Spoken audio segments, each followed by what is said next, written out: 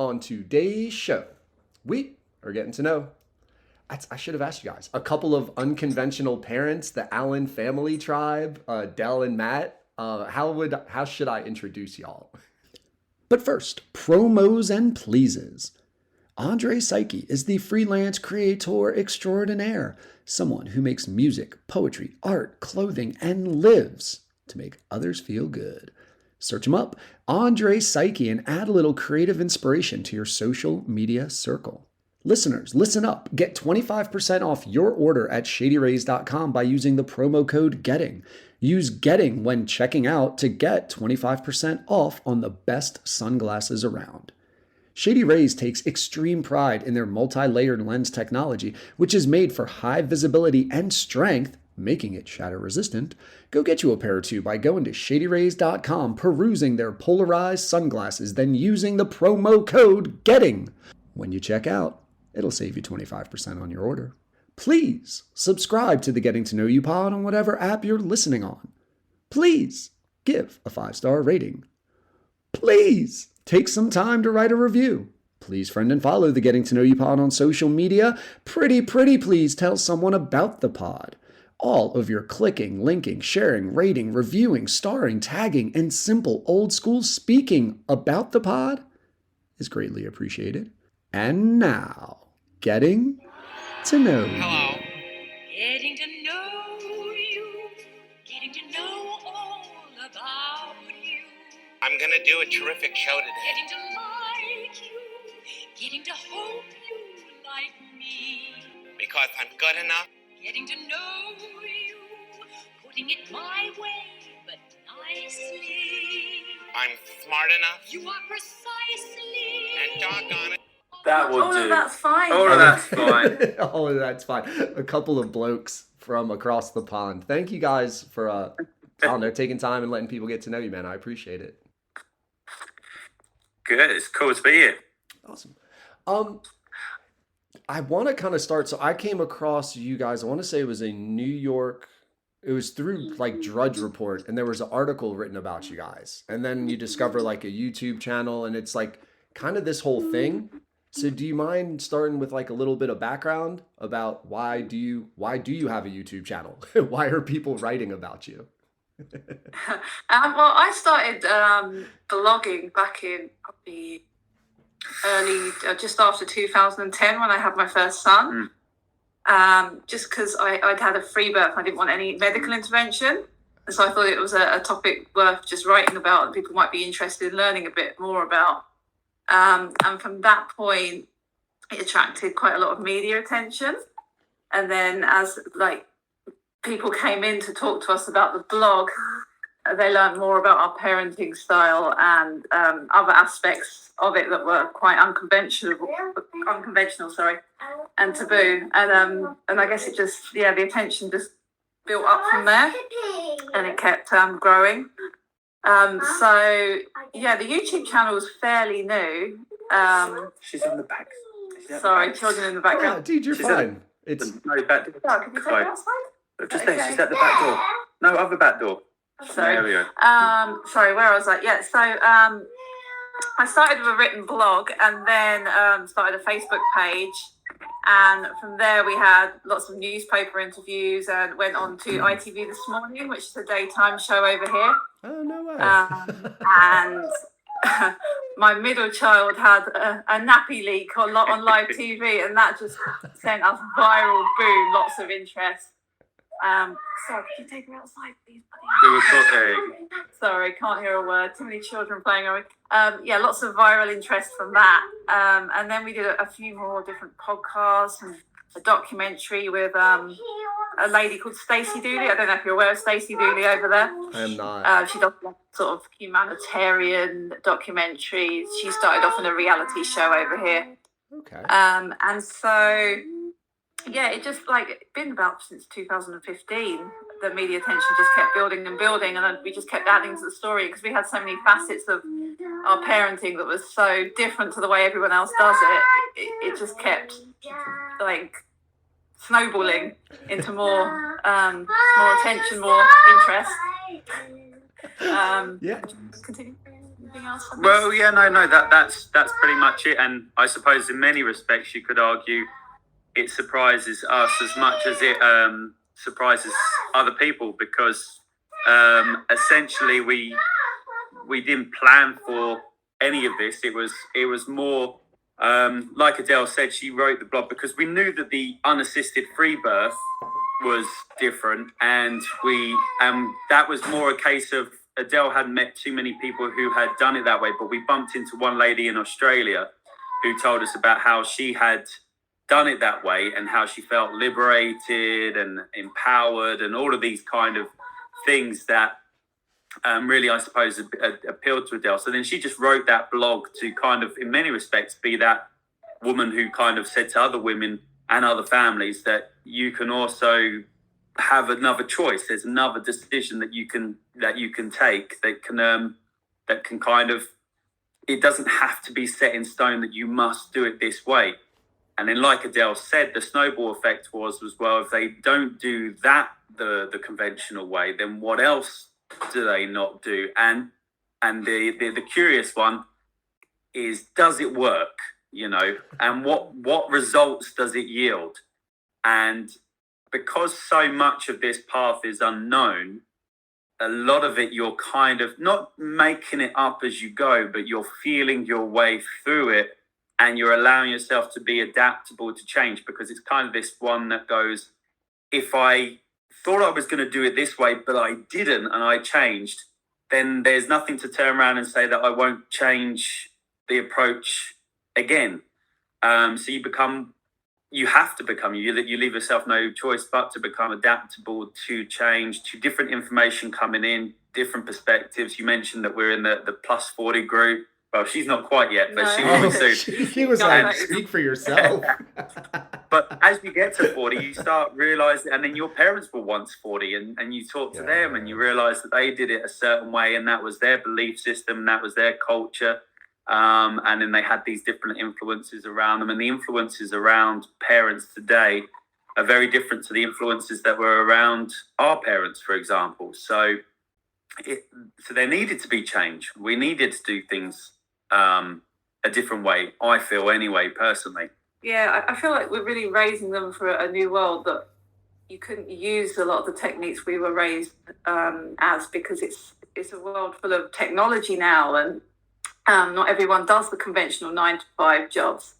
And there's many ways to find the road of happiness, and a lot of people like to work on the road, traveling and things like that. So I think, going into the conventional school system, which sets you up for that factory worker 9-to-5 sort of robotic job, is not necessarily relevant to most children nowadays. And we need to really teach them how to have fun learning rather than what they need to learn, just to encourage a joy of learning, so that they're ever adaptable and flexible with learning whatever skills they're going to need for their future job in this ever fast changing world. Yeah, there's a lot there. My mind starts spinning. And what I've tried to do as a person is, like, I don't know, I feel like I interject too often and I cut people's thoughts off. But I want to go back, because I don't know what a free birth is. Is like a free birth, you're just by yourself having a baby? Is that like a midwife comes over? Yeah, no midwife. I mean, I think some people do have doulas, but yeah, it's basically birthing with your own intuition and instincts, as many animals do. They go off into the wild to be by themselves to birth. Right. So that there's no interference, there's no one projecting their fear onto you, and you're just allowing nature to progress and take its course, how the body knows how to when it's not interfered with. And so for me, it's very instinctual not to want to go into a hospital full of bright lights and people encouraging drugs on me and cold, sterile environment. And all the measurements and the kind of all of that pressure that's just, I think, actually sends the process into reverse rather than encouraging the body to open up and give birth. So for me, it was just, it was a no-brainer. That was the healthiest and most natural way to do it. But I know for a lot of people that just would drive a lot of fear into them. Wasn't there that documentary at that point where we were making this discussion called The Other Side of the Glass. Yeah, that was about the dad's one, which was I don't know whether you were familiar with that documentary. No. And it was American based as well, that one was, and it was called, I'm pretty sure it was called The Other Side of the Glass. And what it was taking a look at was, in many respects, how disempowered a man felt in the whole process. How he was cut off, he was left on the other side. And he was left on the other side of the glass, watching his wife giving birth to his children, and how kind of, in many respects, helpless, as I said before, and powerless he felt. And if there were other choices, what choices would they make, and how would they do things differently? Well, that's kind of what I remember taking from it. And so, again, it was this kind of process again of the trusting the unknown, because a lot of the time we think that there's a guarantee of safety by going through a system. Yeah. But the harsh reality of life is there almost is no guarantee of safety. People would argue you can improve your odds, and you can improve your chances. But interestingly, I think when you start trusting your intuition and your instincts, and your gut instincts as well, then all of a sudden you do improve your chances, or if you like, your guarantees. And the female especially is very intuitive in that phase. They kind of know when things are progressing as they should, and when things aren't progressing as they should. And you can see that from the man's perspective, you could just see that she kind of goes into herself deeply. She becomes very attuned to her breathing, very attuned to the sensations of riding the kind of the contractions and the whole process. And many respects, it's quite a magical thing to actually observe. But some people would turn around and say it was reckless. But it's kind of a very natural process if we actually kind of take away our reliance on a system to provide something that is a very natural thing. Yeah, I mean, you're basically created as an organism to reproduce. It's like one of the characteristics, right? Yeah. Like that's what they do. And biology has, like, we've almost disrespected biology by making it so stepped, processed. But so my mind starts going to the what ifs immediately. Like an umbilical cord wrapped around a neck or something. And like the special situation where you would need an expert who has experience. Yeah. Interestingly, what you just mentioned, they call it, the term is nuchal cord, when the cord's wrapped around the neck. It's not actually a big issue in 9 out of 10 cases, because at that point, the baby is not breathing the way it will be breathing once it becomes earthside, which is through the nose. Is actually still taking in oxygen through the cord. And after it's born, it's about 5 minutes. The blood transfusion with the oxygen is still traveling through the cord. So even though it's going around the neck, it's going then straight into the belly button and filling them with oxygen.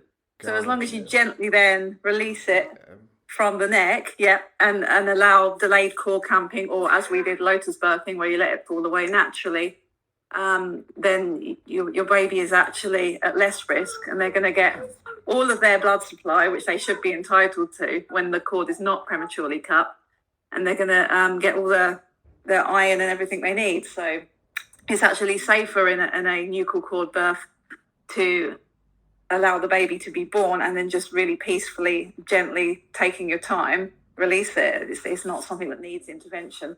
Gotcha. And it was just also something that we can't, again, as we said before, it was never a scenario whereby which we said this is a guaranteed safe way, and that we 100% know how it's going to pan out. And at the time where we were living specifically, there was a hospital in case of an emergency scenario that was literally 5-10 minutes away if that scenario should arise. And so it wasn't about, again, being ignorant or thinking that you're in control or anything like that. It was just about creating, to the best of our ability, an environment to welcome a new life into this world, free from intervention, free from kind of other opinions or other idealisms and stuff like that. And again, it's not to turn around and say, or fear.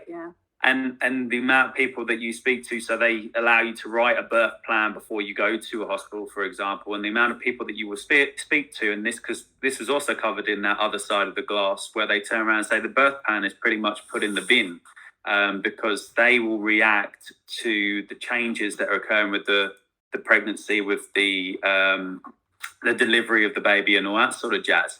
And so, like us, we don't follow a set plan as such. We still allow ourselves. I think that's made it quite dark there, Del. It is. Again, it's that one way by which you're turning around and you're just kind of saying, how do I step into the unknown by being conscious, by being aware, intuitive, and also being adaptable to change. So that idea again, whereby which if a risk or big problem does arise, will I take the right actions to the best of my ability again to help that process? And from our perspective, it was knowing that the hospital was 2 minutes down the road. It was about preparing yourself, mind and body, and just not rushing anything. So, I mean, like, for example, when our first was born, it took about 5 hours for the afterbirth for the placenta to be delivered. So we just kind of gave that time. We didn't rush it. We just sat down. The cord was still attached to the baby and to the mum. They stayed in close proximity. Funnily enough, in many respects, they fell asleep. And then I remember Adele just waking up going, oh, wow, it's going to pass now. And so then she just went off into the bathroom and the placenta came out. And then we kept the placenta attached. And almost for all three of them, it was roughly attached for about 6 days before it dried up and then just released by its own accord. You wrap it and you clean it and you treat it with salt to keep it clean. But essentially it only takes a few hours for the cord to seal fully, so nothing's passing through. So there's this no risk of infection. There's no risk of infection, even though that's something. Because it'd be a silly design by nature again, to turn around and say this is what you're born with, and this very thing can kill you through infection in within a couple of hours of you're being born. It'd be a ridiculous design, and we wouldn't have as highly populated globe that we have got. It's a convenience again for me to quickly clamp and quickly cut. I can only see convenience as to the reasons why you would do that, because it's such a system of in and out.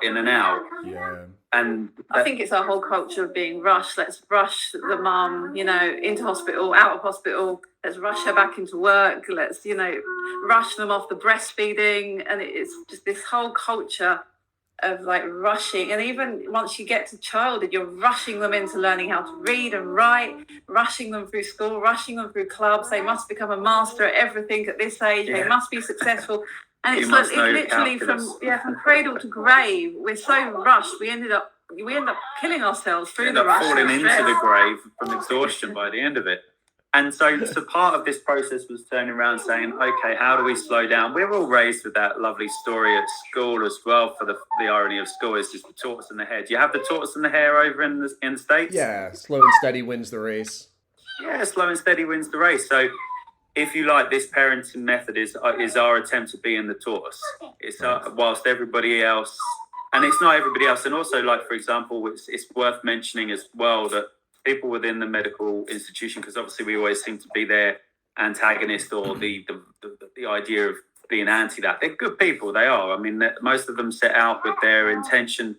Take midwives, for example. We had so many midwives come round after they found, because to get the birth registered, you then have to go through the medical system, if you like.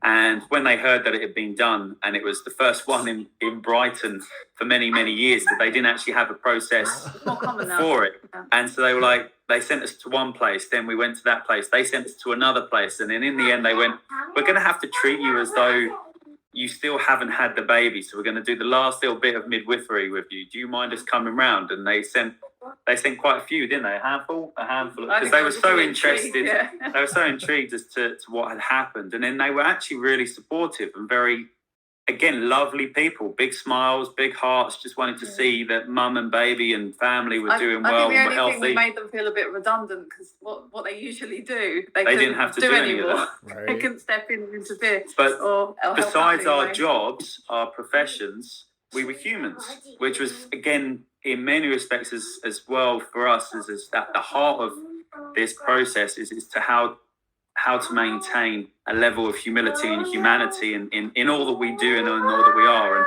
And I think that, again, is achieved well when we slow down. So when we kind of take our time to assess the situation that we are in and to give ourselves a chance to breathe. Because also a lot of people turn around and say you must be in a position of privilege or luxury to turn around and make some of the choices that you have. Well, actually, financially, we couldn't be worse off if we tried. But we accepted that sacrifice because we realized that we weren't going to be able to pull off this slowly approach if we were going out trying to earn our riches, which is what we were doing before parenthood came. And so we only see it as a temporary thing, and we're educated and we know what we want to do with this life to a degree.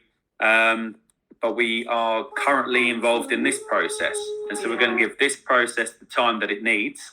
I remember when I got into this, I was like, yeah, I'll sacrifice 5 years, get them to 5 years up. And then all of a sudden you have a second one and you go, damn, now I've got to give them at least the 5 years. Then you have a third one and you go, oh no, now they need another 5 years as well. So as I said before, it's a lot of this process is as much as a surprise to us as it is to others. And I think that's what also maintains the interest, is how long can you keep going, not so much against the grain, but it's different to the grain, if that makes sense. Yeah, it does. It's going back again, my mind spins. I'm going back to the placenta because I had never thought about that. And I'm not a biologist, but I'm just trying to go like common sense. And I'm thinking if the female that gave birth were exhausted, right, and the baby needed nutrition, the baby now needs to be sustainable. It makes perfect sense that something would be attached to the child that's just, or the thing that the mammal that's just birthed, to like provide its needs if the mother is recovering. I never thought about a placenta. I guess I've never really thought too much about a placenta, but I never thought about it in that way. And I was like, yeah, like biologically that does make a ton of sense. And I didn't realize like the whole let the baby get all the nutrients that it deserves from this thing. Like it never even crossed my mind before. I just accept like snip, clip, done. Yeah. And you're like, wait. It's about a third of the baby's blood supply plus their stem cells that they lose when you cut the cord prematurely.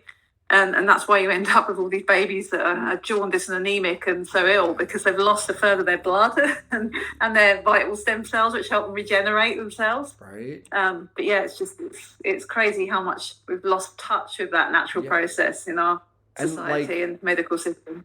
And I was also thinking it's like, it isn't anti-doctor, but it's like perspective, where you're like, how long have we been having like this hospital systematic birth compared to how long has birth been happening?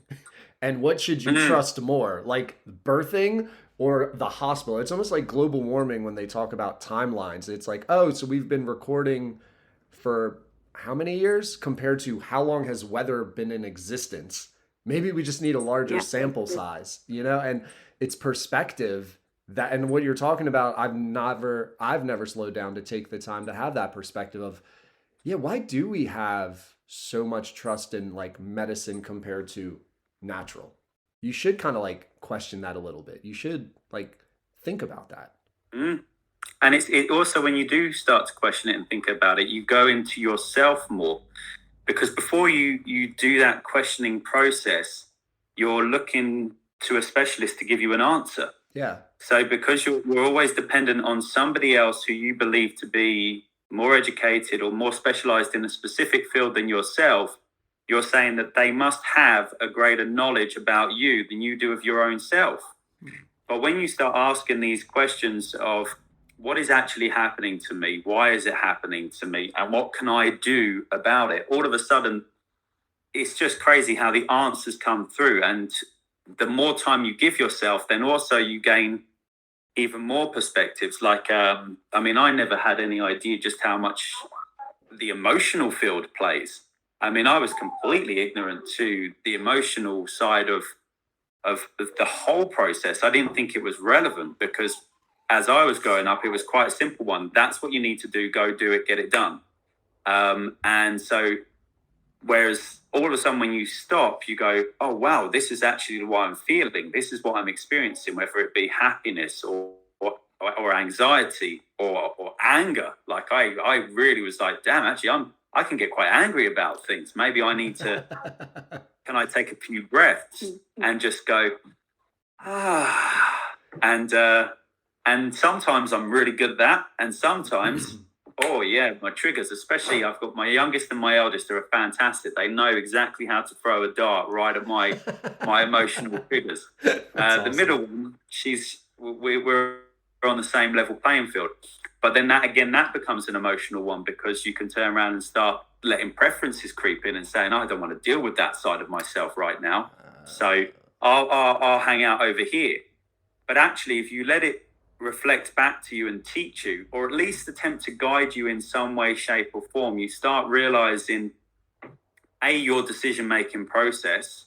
So as in why you're making those decisions based upon an outcome or an ideal outcome.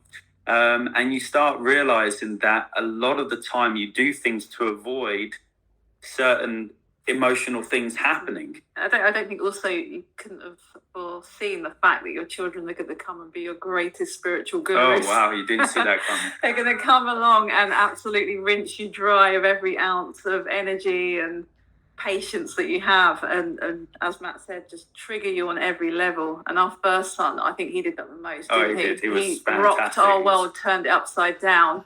He came out as quite a sickly, despite not opting not to vaccinate and doing the breastfeeding and all the right things that should have ticked that he's going to be happy and healthy.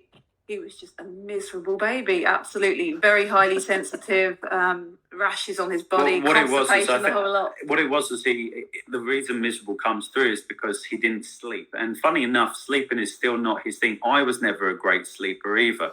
So that wasn't too bad for me, but this one over here loves her sleep. And then all of a sudden he stole the sleep big time. And then you also, when you only have one child, you go, is it me? Is it what I've done? Is it the choices that I've made? And so then even we started going, oh no, maybe we should have done hospital education, that sort of stuff, because he is challenging us on everything. But funny enough, every time we thought about it or looked back and said, no, we went, no, because this was about us discovering who we are as much as them discovering who they are. And funny enough, it was through the first couple of years of really being challenged. So when I say he didn't sleep as well, he would pretty much, he was one of those children that would do He'd 2 never hours. string together more than 2 hours. 2 hours, and that was as much as you Really? got out of him. And it was continual breastfeeding around the clock. I remember going down to the seafront and walking him down there to get him some fresh air. And all that sort all of stuff. hours at midnight, 1 in the morning. We did get caught out because we didn't realise the impact that mould has. And so we realised about 6-7 months into it that in our bathroom was unfortunately rising damp, and we weren't aware of rising damp in the flat. So then we started doing research, because we were going to ourselves, how come when we put a hot shower on with some eucalyptus in, it calms him straight down and then it knocks him out and he's asleep again for a couple of hours. But then all of a sudden he wakes up and you had to repeat the process over again. And then because where we are, we live in a coastal city, damp is quite prevalent. And so, and he was a winter baby as well. So the damp was at its most aggressive. The mold was at its most aggressive. And so that was one of the things that, again, like I said before, you think you know what you're doing, you think you have it all covered, and then all of a sudden, the actual season caught us out, the environment caught us out, and we didn't see that side of things happening. Also, I think because of his highly sensitive nature, and I think he'd probably be on the spectrum if we had him put through the system. Very intelligent, kind of cautious, OCD sort of child. But because of all those medical things going on, I think he had a bit of a leaky gut going on and was a bit more susceptible to something that a hardier baby might have taken on the chin. But number 2 and number 3 have taken it on the chin and they've been fine. But and then also another thing that we did, that we realized, because again, part of this process is to just kind of look at yourself. Dell says that sometimes I'm too critical, and possibly I am, but also we did a lot of long distance traveling whilst he was in the womb. So we traveled all the way to Australia, went to New Zealand, over to America, and then we traveled all the way back again, because again, at the time, we had even heard that it wasn't the best thing to do, but he was a surprise, you see. So we weren't planning on having him. So 4 weeks before we were due to jump on a plane and go to Australia and do all of this extensive traveling, we find out that he's on his way. And we were like, oh, well, we've got the tickets. We're going to go now anyway.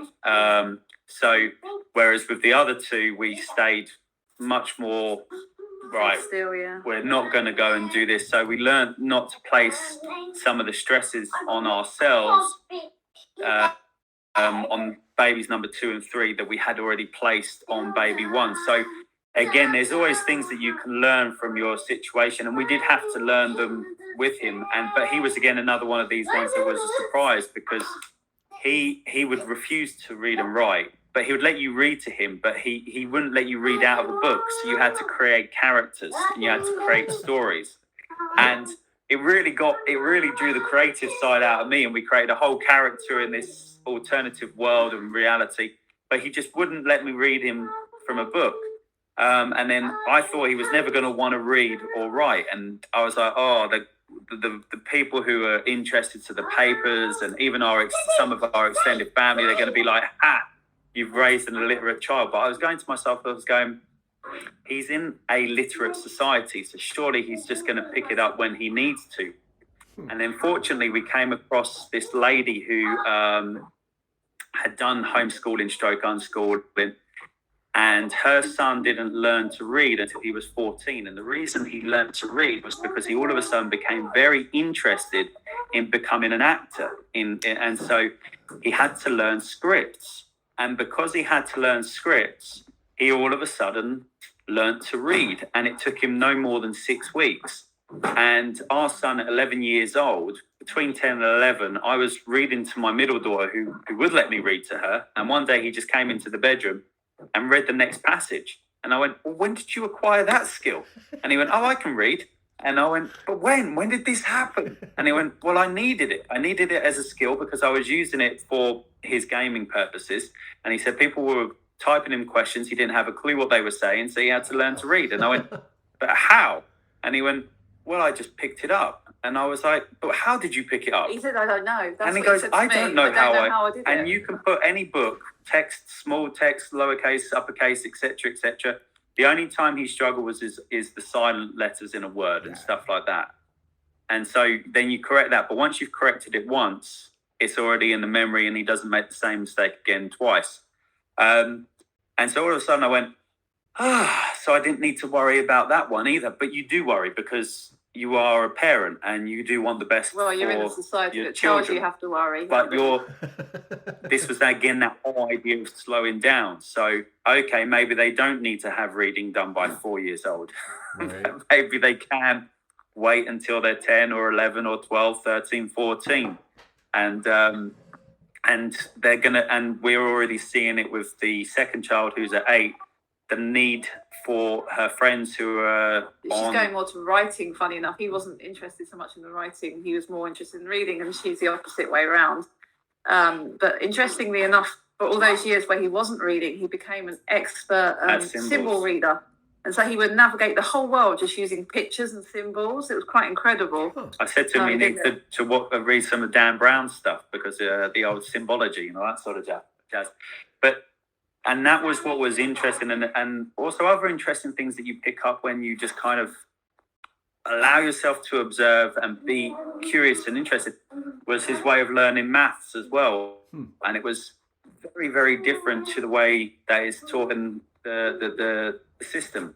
And even my own self had to take a deep breath and go, so how is he getting to the correct answer? Because when you would explain how we would do it with sums, because we've got the books if they want to learn that way, and he kind of talked me through it, and his mind just sees a completely different way of the pattern forming, but it still makes the same shape, if that makes sense. So he still gets to the same answer, but he uses a completely different methodology. And so who's to turn around and say that one methodology is better than the other? Surely the idea is that we're arriving at the same place. And And actually, I think it makes, again, this opportunity for life to become more interestingly beautiful when we go, actually, there is another way to do it. There really is. And of course, we're finding this more and more. The internet has just blown that up, because here we are having a conversation that our parents wouldn't have been able to have, for example. Yeah. That possibility didn't exist. Yeah, I think I had a comment the other day on one of my media posts saying, what was it? Something along the lines of, if you want to use Google to research, then you need to be able to read and write. And I was like, well, actually, no, my son taught me this very early on. Siri. You just use Siri. It's a new world we're living in now. Well, I did, and that is actually unfortunate. Well, I say unfortunately, but again, it's just part of the process. It is actually a true story, because I said to him, I said, how are you going to get some of the answers to your questions if you can't write your questions into the computer? And he said, watch this. And he just pressed the button down and said, Siri, can I do, and he did it all by voice. And he stayed like that for quite a while, where he would just ask it. And at first, you know, for me personally, I was like, oh, I'm not sure I like this, because we are very earthy people. So we're very much, we were just at the allotment today with the two girls. So whereas he's taken technology to his heart, he really enjoys it. But he's also, funny enough, in his bedroom got a little ecosystem that he's given birth to, where it's got bugs and vivarium. And I said to him, I said, why have you got this in here? And he said, I like to keep the earth still close to me. I just really enjoy technology as well. And we've had this conversation a lot, especially with a lot of our friends, is the conversation around how much technology is healthy, how much is unhealthy. Can you trust them to navigate it themselves with your sort of outside and we can't, sitting guidance rather than interference all the time? And interestingly, technology came about in his world because, funny enough, us doing things like this, where we were working and he would see us using a tablet or a phone, and we'd be talking with someone, and we thought, because we were only using technology for these reasons, to gain more information, to gain more understanding, to be inspired by other people as well, because content creation, etc., it validates it and it's okay. And so, but what we didn't realize was that he was also seeing it being used, and then he wants to use it his own way, to be inspired by his peers. And so he went, so how come it's okay for you to use it, but not for me? And you went, okay. So then that opened up different conversations that you can have with your child, as in you trying to justify why you use it and they shouldn't, or justify that you have a greater understanding of the pitfalls and the dangers and the fact that it's very new to us as it is to them, the way that we're using it and the way that it's growing and forming, and artificial intelligence just around the corner and all that sort of stuff. So that's what we kind of say to our friends is that they're going to use it on your watch or off your watch. If you let them use it on your watch, then you open up the opportunity to have conversations with them, and they get to question you, you get to question them. And there were times where we said, okay, this is feeling a little bit unhealthy now, this usage. Can we step back a bit? And then they step back. Then we go, how did you feel before and after? So we can check in with the emotional state and what you're feeling. Health things, what's coming through for you. Are you on top of your health? How's your mental well-being? So you can really kind of use these things that are new to all of us as a way of, again, still exploring the self. How is the self doing? And developing trust in communication between adult and child. I think with regards to screen time and technology use, it's only really becomes a potential for imbalance with neurodivergent children, funny enough. Because I found with my girls, who are quite typical, it's not a problem. They naturally want to come off, and you go, oh, we're going to the allotment, we're going to the beach. And I'm like, okay, we'll finish off what we're watching and we'll put it down and go. But whereas, because our son is quite neurodivergent, he gets quite obsessed and focused on whatever he's into for long periods of time. And when he was younger, this used to be, you could be at the park for 5 hours straight pushing him on the swing, and he wouldn't want to go home. He was just so I tested it one evening where I went to myself, I've got time, so we're just going to keep going. And it was 3.5 hours non-stop of pushing. I had to go into meditation mode in my head, because I was like, he will give up. And he was about He was about 4.5, 5 years old, and he just was absolutely content to just go backwards and forwards. Whereas this lovely one over here, you can't keep her. Oh look! Hey. You can't keep her in a swim for more than 20 minutes, 25 minutes. And the middle child is probably roughly around that same time as well. So he has, like Dale said, neurodivergent, etc., etc. And we just enjoyed the challenge of kind of exploring what that meant. He's very intelligent. Oh, stupidly intelligent. And I think they call it an autodidact when someone teaches themselves things all the time. But on the pitfalls of that is intolerance of other people's shortfalls. He's very intolerant of other people, and he finds it hard to balance his lifestyle and keep himself healthy without adult intervention. So we do have to come in and say, look, you need some outside time now, vitamin D. Although he's actually got improved recently, which is it goes through cycles. Doesn't it? Yeah. So you do have to keep on it a little bit, and I guess that was a lesson for us that this style of free-range parenting, where you are allowing them to make a lot of their own decisions, that it does have to come with a different level of guidance depending on your child's personality and the type of human being they are. So some will need a little bit more encouragement than others. But yeah, with the girls, it's really easy. I've got to go and save those young siblings. With the eldest, it's definitely very challenging, and it just keeps us on our toes as well, and it constantly tests the way you're doing things, so that you don't get complacent and think, oh yeah, this is just a one size fits all, because it's totally not. But you are having completely all the time having to reassess, how is this working? What do I need to tweak? What do I need to change? And this is why it makes me laugh so much when people call this a lazy style of parenting, because really it's anything but. You're constantly having to say, right, I am taking full responsibility for my child's healthcare, for their education, for their development. And so therefore, if something goes wrong, it's on me. It's not on the school teacher. It's not on the doctor. It's not on some outside force. And so in that respect, you are always reassessing what you're doing and tweaking it and changing it, and talking to outside people to get their input as well, because you're very aware that you're going at this without a guidebook, because this is not how you were parented. This is not how the mainstream parents typically. And so it's very, I say it's new, but in another way it's very old as well, because as you said, children used to be raised outside of the school system. Wasn't always there as it is. Children used to live and be educated in communities, living and working alongside adults and mixed age peers in their real life communities. So in one respect, it's a new approach. In another respect, it's drawing on many old approaches that were timeless before we kind of turned into an agriculture and an industrialized society. Yeah, like specialized, right? Like we have specialists that you are a teacher, so you teach. You're a naturalist, so you teach nature, right? Now you have the farmer that grows the food, so I don't have to worry about my food because I trade my teaching for your food. And then it's like symbiotic relationships. When you're talking about the screen time, I went back and I started thinking of like stream time. And like, what would be the difference if a kid was born, 1600s out in the wilderness somewhere, and for their entertainment, they just sat on a rock and like watched the stream for like 3 hours?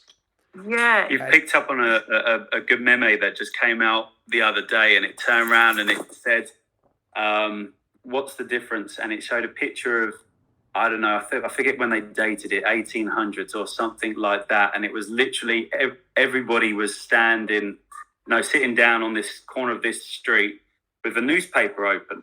So everybody had their heads in the newspaper and were just reading the newspaper. There was actually I know you've got the term. You're going to get to your term in a second. And then the follow-up picture was us sitting on a tube and everybody on a mobile phone or a tablet. And one person did comment and go, well, the difference is huge. One person was reading the news of the day, but what's to say that the people on their phone weren't scrolling through the news of the day? And both of them, and Adele has got the word because I forget what it's called. Reading frenzy. Reading frenzy back in the 1800s. Where they made it out to be a psychological disorder if you like to sit with your head in books too much, and it was a dangerous thing. And just like with the screen time now, it's addictive. It's going to damage you.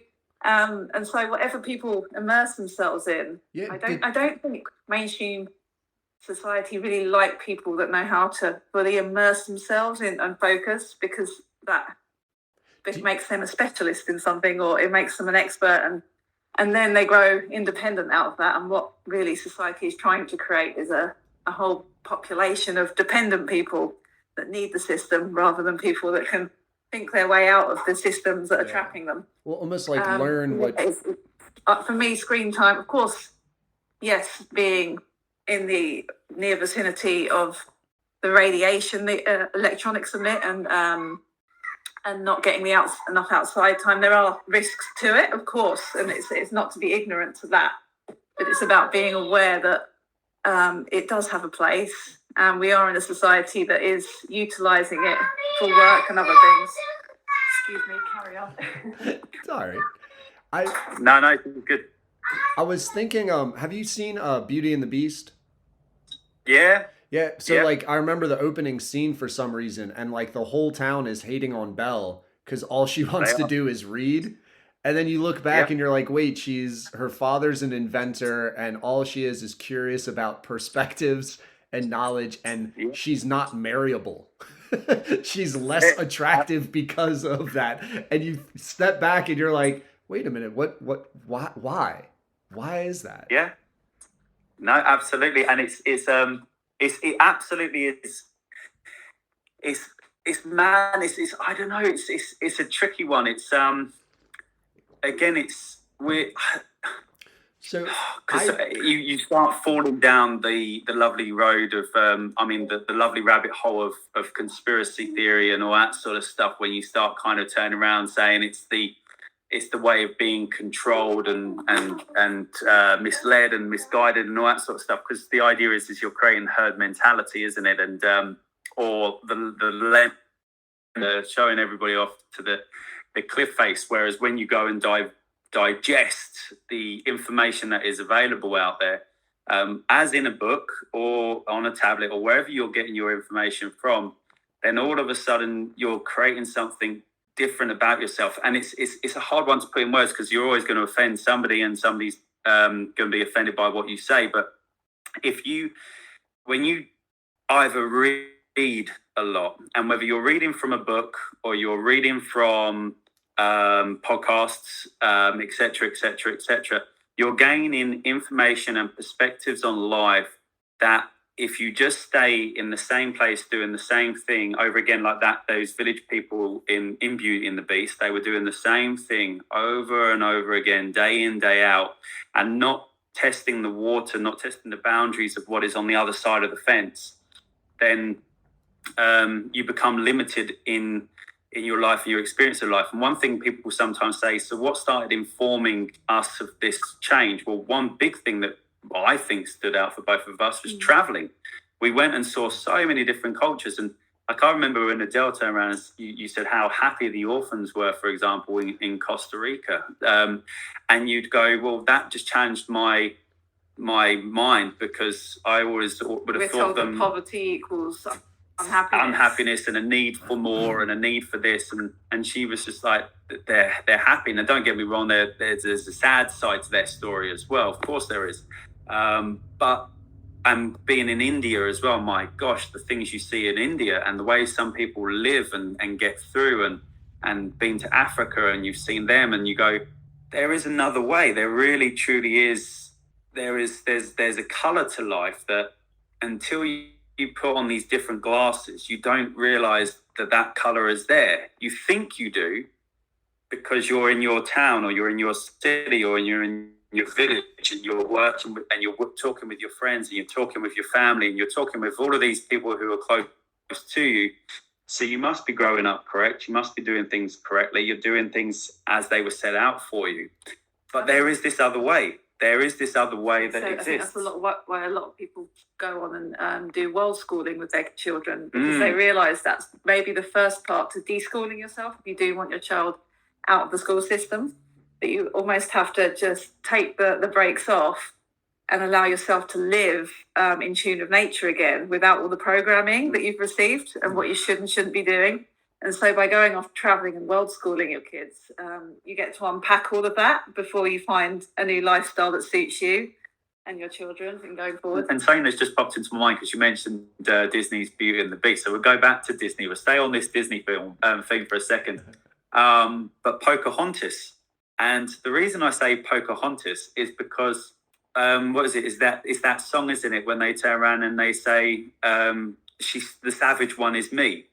But she can't understand how the savage one is her, because the guys who come on the ship, they don't see the beauty and the nature and the natural surroundings that they're in. And they're not attuned to it anymore. They're not hearing the sounds of the woods or the forest. They're not, they're only trying to take the wealth and the value out of the land, rather than seeing the riches that it gives you back, without the riches having to be money or anything like that. And again, this is one of those things that we picked up from traveling, from going from hostels and all that sort of stuff, and just taking yourself off of the tourist map, and instead you'd go to the locals. Where do we go? And then you just jump in a car or a van or whatever, and somebody would guide you somewhere. And again, it was this process of trust in the unknown, which again, some people will say is high risk, and it does come with a risk. But again, if you just trust your instincts and your intuition, you kind of also know sometimes when to trust somebody and when not to, don't you? You get a feeling for them when you go, this person, they've got something pretty cool to show me. I don't know what it is. And then this other person, actually, no, there's just something about their character that's a little bit off. And so then, and you can take that kind of intuition as well and with you into the world of business, work, relationships, and so on and so forth. And there's something about fine tuning those skills when you're traveling that you don't get to do if you stay in a comfortable setting. If you stay in a common setting, and that's what I mean about the tourist traps with regards to people going on their holidays, for example, is you go in, let's say, a package holiday, and it's all packaged for you. The whole experience is already set out for what you're going to experience. So you don't have to fine tune any skill set there. You just have to pass over some money and say, give me that experience. Whereas if you turn around and you say, okay, I want to explore somewhere new. I want to discover something different. I don't know what that is. I just have a feeling to go here. Then you go to the local places where people hang out, and then you start talking to somebody. And then they might go, oh, I'm going over here. Do you fancy coming? And then all of a sudden, this road and this path that you had no idea about just opens up before you. And of course, you do feel that anxiety. Something, you go, am I doing the right thing here? And it's good to question yourself. It's good to have that moment of self-reflection and self-introspection. See whether you're listening to your mind, whether you're listening to your heart, or whether you're listening to your gut, and whether all three of them match up, or whether there's a battle between those different facets of yourself. Are you going to say hello again, Kai? Hey. And so that's been an interesting part of this whole process, and continues to be an interesting part of this whole process as well. It's a weird way to think about why we do accept systems and societies so much. Like I keep going to like high school diploma. So like in America, if you're homeschooled, in order to have a high school diploma, you have to like prove that certain curriculums being taught and certain standards are met, right? I'm not sure what it's like, what the requirements are in the UK, but like, is it illegal? Do you have to inform the school system? So like for us, I think it's illegal for kids to not receive an education if it's found out, like a formal education. So the system over here is you only have to register your child as being home educated if they were put in the school and taken out. That if you've never put them in the school in the first place, you're not obligated to register them. Okay. Sorry, do you want to take this outside? Yeah. No, it's Oh, wait, she wants to go in. Yes. Yeah, but you can't. If you challenge the connection. All right. So sorry, yeah. So if you put them in the school system, then you're obliged to register them. We ended up not registering our eldest, but then because we were in the papers and everything, and a few people got worried and reported us, they then checked in, and just out of keeping the peace, I then did say, okay, you can register him, that's fine. But what then happens is if they're registered, you're then asked to give yearly feedback. So they'll come and question what you're doing, what education they've been receiving, and they'll assess whether they think it's suitable for their, I think the act is it needs to be suitable for their age, aptitude, and any special needs they may have. But you're not obliged to follow a curriculum in this country, so therefore unschooling is a perfectly acceptable method to take, because what you're doing is unschooling is a form of home education, which is child-led, so you're following their interests rather than enforcing a curriculum on them. So yeah, I do believe in some countries homeschooling full stop is illegal, such as Germany. I can't remember the other ones. But here all forms of home education are acceptable. So you can then, the LEA, what they're called, the local education authority, offer to come and visit you each year, but you are completely within your legal rights to decline that. And so I don't want strangers in my home. And instead I'll write you a written report. So that's the method I choose to go down. Because my children, they're really not, as you can hear today, they're always around us. They're not used to being with sitters or childminders or anyone that doesn't know them. Yeah. So it would be quite sort of daunting, and they feel quite judged if a stranger came in the house with a clipboard and started noting things down. So we just choose to send an email report each year, and we just detail basically kind of what we've done in the year, how things in our real life translate into education. And so because we kind of see life as a sort of classroom, it's not segregated into subjects. So we just kind of translate whatever we've been doing in the year into subjects for them so that they can understand. Does that make sense? So for example, we're very into animals, and we did last year and the year before, we did some breeding of chickens. And so we turned that into like the whole business of animal husbandry, because we had to know the whole process of how the egg hatched, and to selling the chickens on, to how much, or all the subjects can come into it. Maths, calculating how much food they're going to need, financial management, how much is that going to cost me, and then if you're selling eggs, how much can I then make back off of that? Is it worth it? What's the input output? So you really just change translate everything you've done in real life into their language of subjects, and then they're quite happy about that. That's how I tend to approach it anyway. Yeah. And they're also interested in and if your children have had enough opportunities for socialization, and that's a big buzzword here. It probably is in the States as well. Have the kids socialized enough?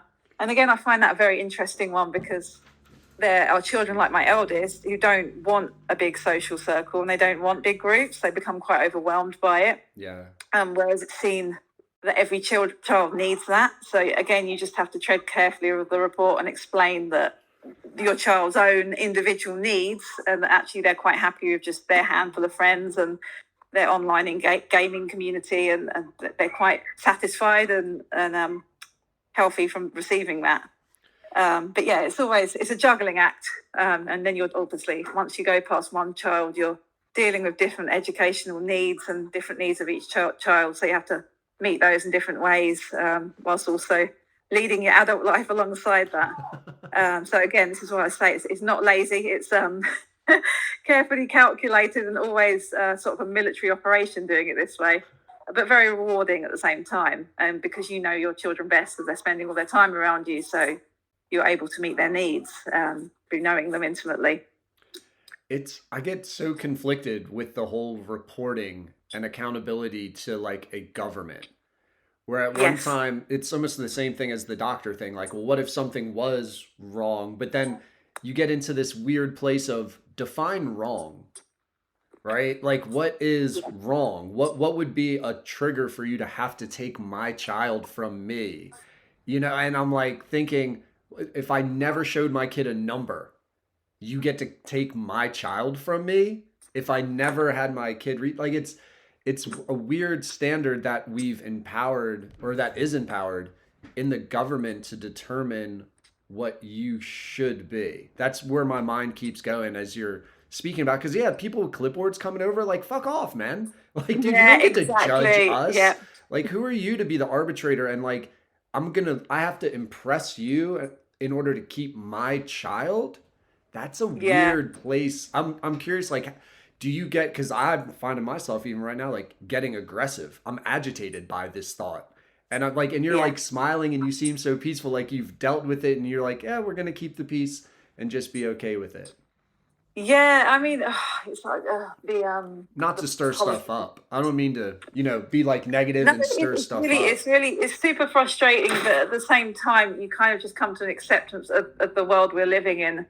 And even though, we'd all love absolute freedom, it's not going to happen, isn't it? Yeah. Even the people that try and go and live off grid, they're still being told they can't collect rainwater, and that's illegal, and you can't live like this on this bit of land because you're just not allowed to do that, and there's this rule for that, and so I think you do come to an acceptance that you're living here in this human existence, Yeah. and people like their rules.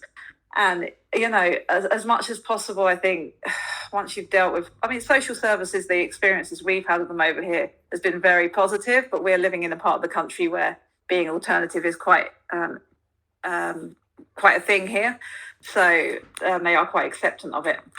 But I've heard of other stories in other like counties around the UK where people have had not so pleasant experiences of dealing with the LEA and doing their education reports and whatnot. But yeah, I would love a world where I didn't have to answer to anyone, because they are our children. They don't belong to the state. But Yeah. there's the whole thing that says it's, your children don't belong to you, they belong to the community. But I think that can be going into dangerous waters. Yeah, or do they even belong to anything but themselves? No, exactly. Right? Like, you start, even the ownership of my child, it's like, I guess I don't exactly own you. The word my, if you really want to get into like the psychology of it, like, why do I call you my child? Do I possess you? Or am I like kind of I've been protecting having you? this conversation actually with our daughter. We just recently got a puppy a few months ago, and it was bought in because she wanted a cat, and our existing dog wasn't good with cats, so we bought in a little dog instead for her. And it was, when it came in, it was her puppy. It was what she'd requested, and it came in as her puppy. But as we've like navigated sort of sharing the affections of this puppy with every member of the family, she always come back to, but it's my puppy. I'm like, well, is it though? Is it really? Can you own an animal, or are you looking after it? I said maybe a better way to think of it is that you're the guardian of this puppy, and you're helping to care for it, and you're loving it. But it can't ever really be you, because it's its own entity with its own free will. And by you owning it and putting your restrictions on it, you're kind of impeding on its free will. So she's starting to get that, I think, a bit. She's stopped using the terminology so strongly. Well, that it's the idea of stewardship, isn't it? You're a steward of the land, or you're a steward of the whatever it is that you are a guardian of. And so it's that idea of temporary as well, rather than permanent. So the problem with ownership is it gives you the illusion of permanence. But nothing is permanent. Everything is transient. And so and this is funny enough, for a lot of people, this kind of brings us close to one of our greatest fears, which is the fear of death. And so the idea again of guarantees, or that we can have something that we own that is solid and permanent and so on and so forth, is the idea of its immortality. Whereas if we can become comfortable with the idea of death, everything is cyclical, everything will have a life, a moment to shine, a moment to be, but then that moment will pass. And then I always like the idea of that passing on a baton, like your 400-meter race, where you pass the baton on to the next person to do the next leg for you. And I'm a big fan of those lovely old philosophies as well, whereby which a wise man is the man who plants the seed to a tree that he'll never enjoy the shade of. And so it's that idea again of it being passed on to the next person, but you enjoying it while you're carrying the baton. So you're still having your enjoyment, you're still having your embracement of life in that moment. but there comes this point by which it has to be passed over. There's that lovely poem by Khalil Gibran, Our Children Are Not Our Children. Do you know that one? No. Okay. I can't recite it off by heart. That's a big one. I was going to say, it talks about how, they come through us, but they are not of us. They are their own souls, basically, and they have their own paths, and we're not there to we're not there to mold them into mini me's. Basically, we're there just to help guide them and raise them without sort of putting ourselves onto them. It's hard to not put yourself onto them, though. That has to be said as well. And it's even by doing this and us being as curious as we possibly can and turning around, like, look at this one now. He's hormonal. He is. He's come across a female on season, and he can't quite put himself back into check. He's an intact male, and so it's that time of year where the ladies are smelling good. So sorry, yeah, I've lost my train of thought. I'll let you go back in. No, it was just about morals, and I look at it of passing yourself onto your child, and I'm curious about values, because like I think about what I try to instill in my child and hold my child accountable for is like hard work. So she's in the school system. I'm a teacher, right? And I don't want her to be fixated on the A. I want her to be fixated on the process of working towards and understanding. And I'm like, and usually if you just do that, the results are really, really good. You let the results be what they are. She's a runner, and I'm like, I don't care about the winning, but what I care about is if you're upset that you didn't win, but you didn't put in any work to win. So if I never see you training and you cry that you lost, I'm like, that's unacceptable to me. Because why do you care if you're not putting in the time to be a winner? You shouldn't care about winning if you're not putting in the time to win. So like, that's something I constantly put on my own child. And through this conversation, I'm like, why does that even matter to me? Why am I trying to shape her? What if she wants to be a crybaby and be a winner without ever trying? Like what are you doing, man? So I don't know. I'm curious about like how you guys have values, but like, what if your kids went against what you feel is important? Like, how do you navigate that? Some beautiful stuff there, buddy. Some lovely stuff coming up there, and that's all the sort of things that hopefully in these processes we all experience. So to start breaking that down is you've gone on a lovely one there where at some point in your life that would have been shown to you. You would have been the one who was having a go at the running, for example. And was you putting enough effort in? And was the effort being put in for you, or was it being put in to impress a peer? Whether that peer was your friend, or whether it was your parent, or whether it was a scholarship attempt, for example. What's the external motivation and what's the internal motivation? And do they marry up? So my daughter, for example, she went into ballet and she was doing really good and she was loving it. She asked to go there, so we sent her across to her ballet. And then it came to showtime and she was really excited. The teacher also kind of almost gave her a central part, which I'm not sure she was expecting. And she was like, yeah, I can do this. And I'm like, great, you can do this. You're going to feel anxiety. You're going to feel nervous because you center stage. You haven't done anything like that before. First time in. And then theatre as well. And it was in a big theatre, hundreds of people, etc. And so it was a big deal for her. And then it came to showtime week, pretty much. A few weeks before. And she was like, I'm not doing it. And I was just like, what do you mean you're not doing it? And she's like, I'm not doing it.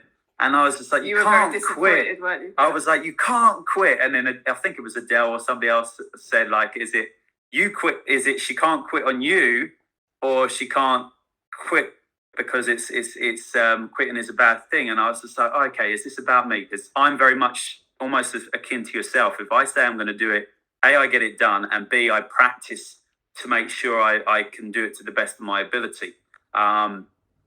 And she was like, da-da-da. So long story short, she didn't do it.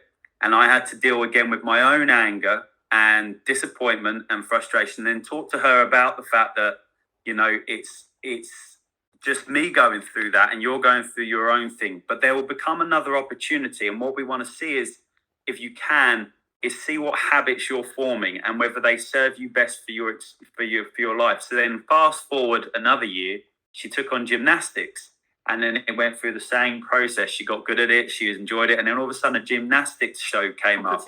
It was a competition, and she was like, I'm going to do it. And I went, are you sure you're going to do it? Are you absolutely sure you're going to do it? And part of me was going, shut up and don't even ask her, because is it relevant? Just Does see it what matter? happens. Yeah.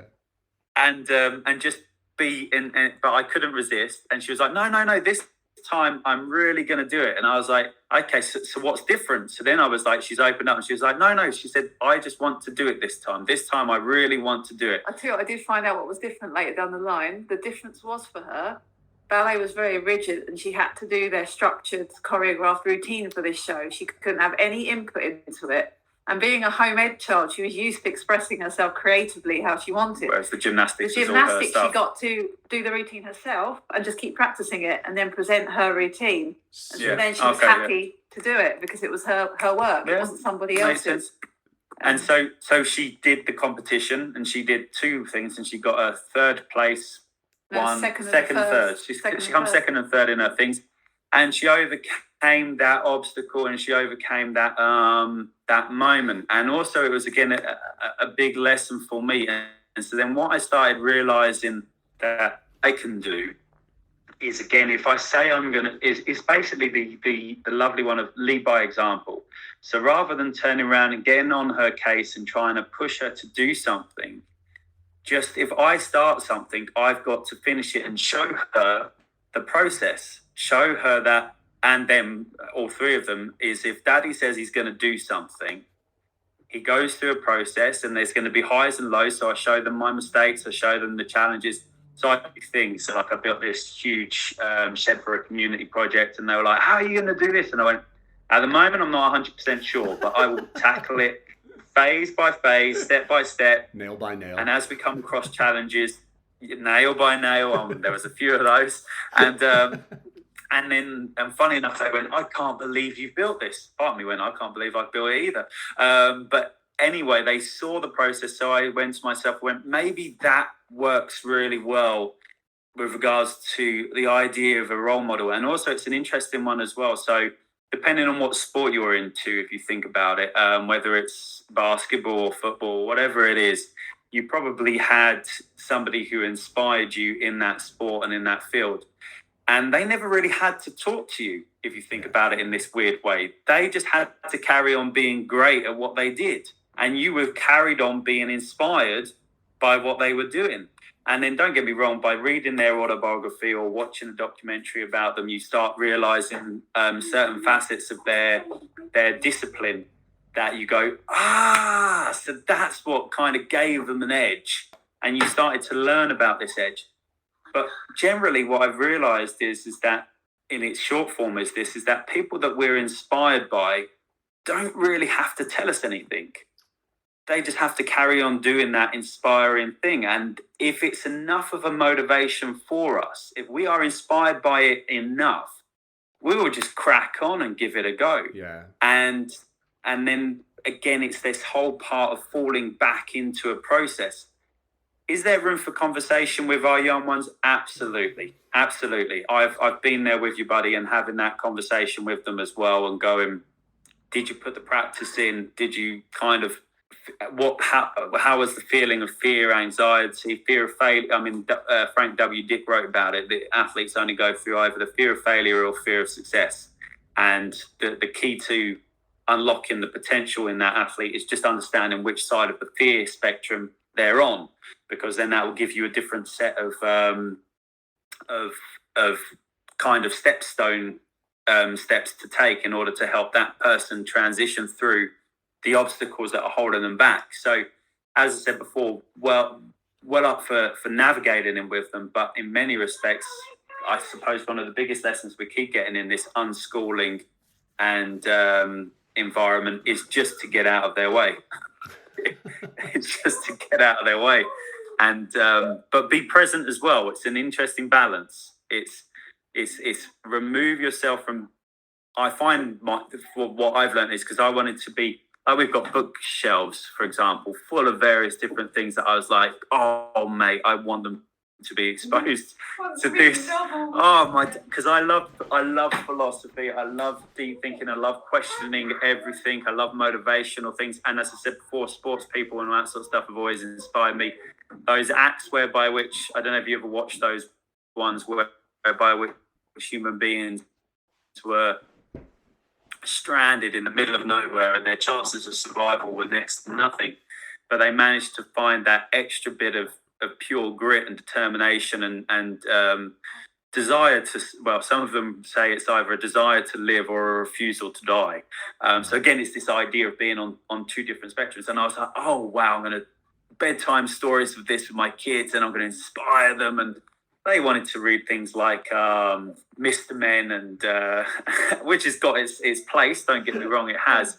And it's just been very different to how I thought it was going to be. And so when I realized, I don't know if you've spoken to Adele about this, but the unschooling side of things, have you danced with that a little bit? The idea that you're unschooling yourself, you're removing your expectations from the process, you're removing, or you're kind of decoding your own structures, the structures that were put in place for your learning, you're kind of deconstructing them, if that makes sense. No, it 100% does. And the other place that I keep going to in my mind, again, as a school teacher, Lower Delaware, huge issue with mental health and anxiety, right? It seems like there's just more and more kids that have this unhappiness, and you wonder, is part of the unhappiness the system that they're in? Because if you got to find your own happiness, today I'm just going to play games all day and I'm just going to like naturally learn what benefits and stimulates me within this game, or I'm going to go do gymnastics for this week. And having that freedom, the happiness kind of comes with it, because I feel like most of happiness is like the ability to choose and follow your intuition. I think that's one of like my pillars. And it's what I try to force onto my daughter. It's like, dude, this is why I want you to be healthy. This is why I want you to be intelligent. This is why I want you to be nice. Because it leads to options, and you don't know what option you'll want. So I look at these poor kids who aren't in the mood to read a book today, and what happens to them? Sit down, shut up, read the book, here's a test, you're a failure, summer school, and like this snowball of just negativity, when it was like, dude, I just wanted to go play kickball, man.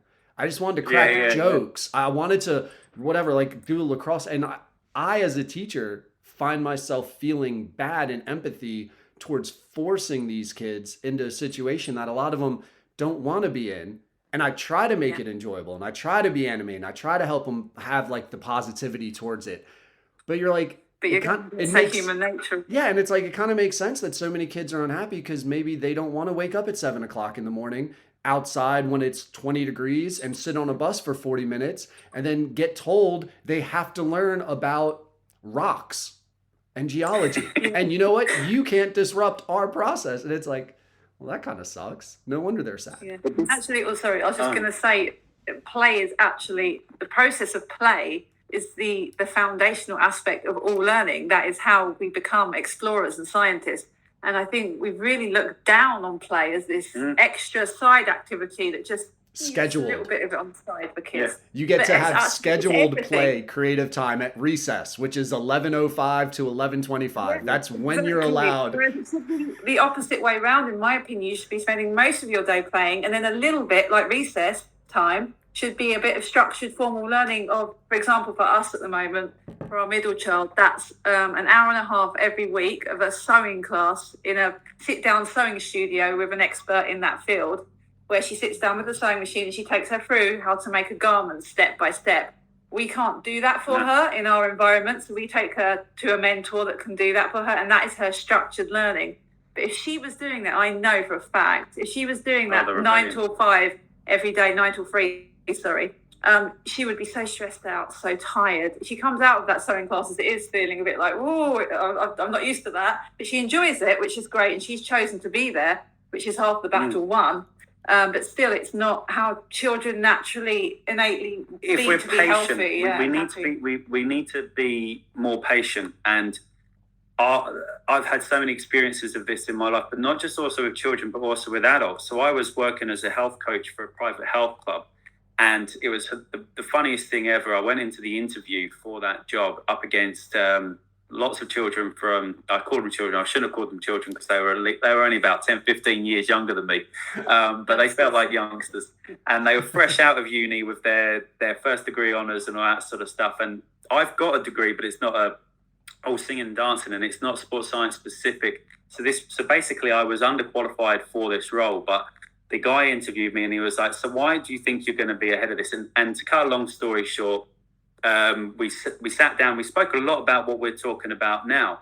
And I said to him, so I'm going to be honest with you. You're going to set targets for me. I know how this business runs. I will not meet those targets. And he was like, how are you going to get a job doing it like this then? And I said, straight away, I said, I'm not in it for the short term. I'm in it for the long term. I said, because what we're trying to work with is people's health. I said, and health is a touchy thing, especially when we start going into mental health. I said, and mental health needs us to take all of the parameters off and say, what does the open playing field look like for you? I said, and what you'll see is some of your clients at your establishment, I said, they're going to go from 0 to hero really quickly. But I said, others of them will turn around and take a very, very long time. I said, because depending on where their trauma is coming from, depending where their obstructions are coming from, their objections, the self-hate, so on and so forth, I said, that will mean that we need to approach in really subtle, gentle steps. It can't be anything hard and fast. And so the reason I know I'm not going to reach your targets is because your targets are based upon certain goals being met at a 6-week interval, certain goals being met at a 10-week interval. I said, and you've got it all very structured and set out when these goals need to be achieved by. I said, and unfortunately, these goals don't take into account different levels of mental health going into the program. And he went, I love it. He said, do you think this will work? And I said, yeah, seriously, it will. He was on board with it. And for 3 months, we rocked. And we had people crying and going, oh, my God, I'm finding my feet again, all that sort of stuff. Long story short, new manager came in and they went, no, sorry, we've got goals and we've got targets. You've been underperforming for 3 months, blah, blah, blah, blah, blah. I'm not interested. The whole gym health club signed a petition to try and keep me there. But I said to them, if you're at battle with somebody, unless that battle is worth really fighting in the sense of this person only sees their paycheck going up if the bonuses are met and the targets are met. I said, they're not motivated by the same thing that me and this other guy were motivated by.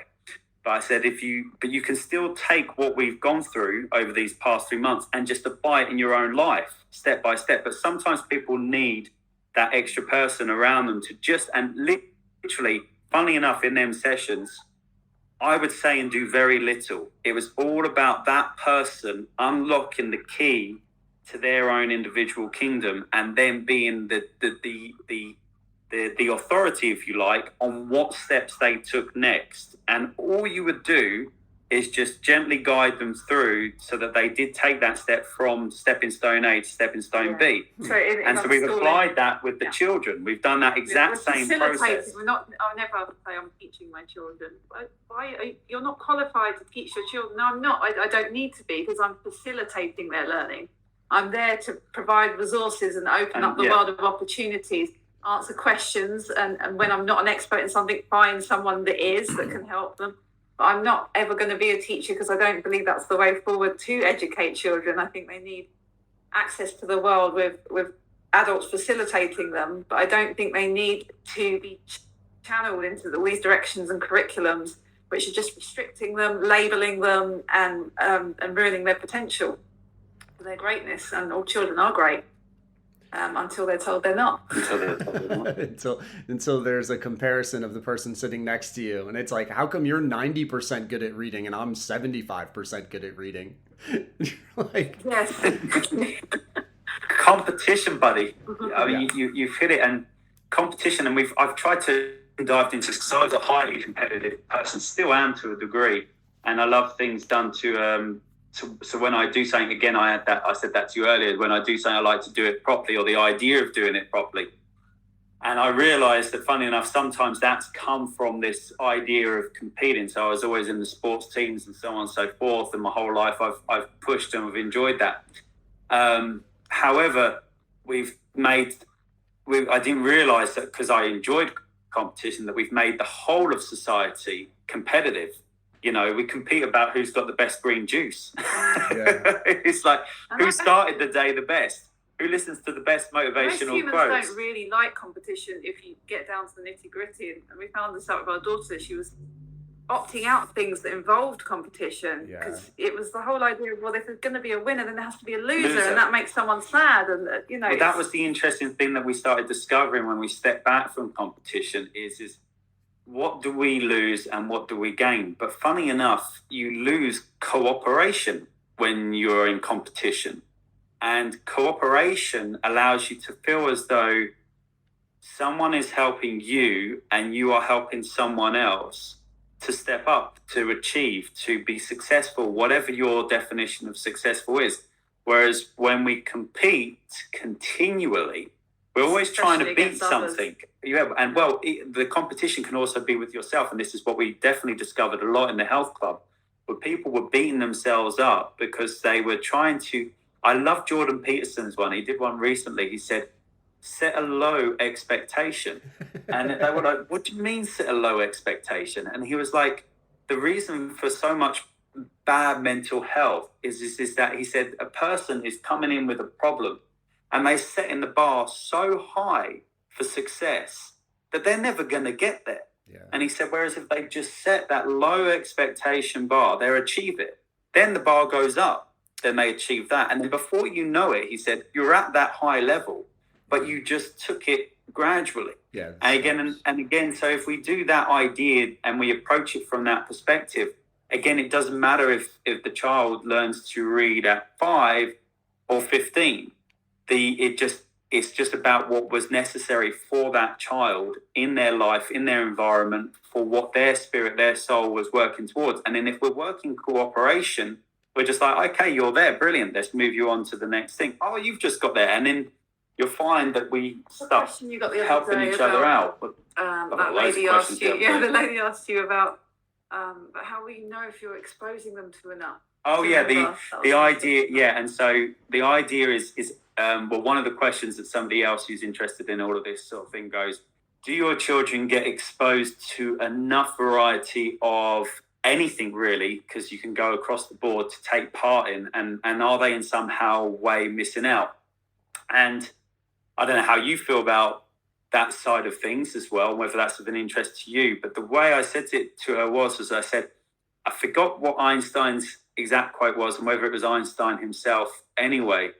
But there is almost too many possible experiences to have in this life to have in a lifetime. So you can't possibly experience everything that there is to experience. I'm not going to learn all the languages. I'm just not. There's not enough time for that.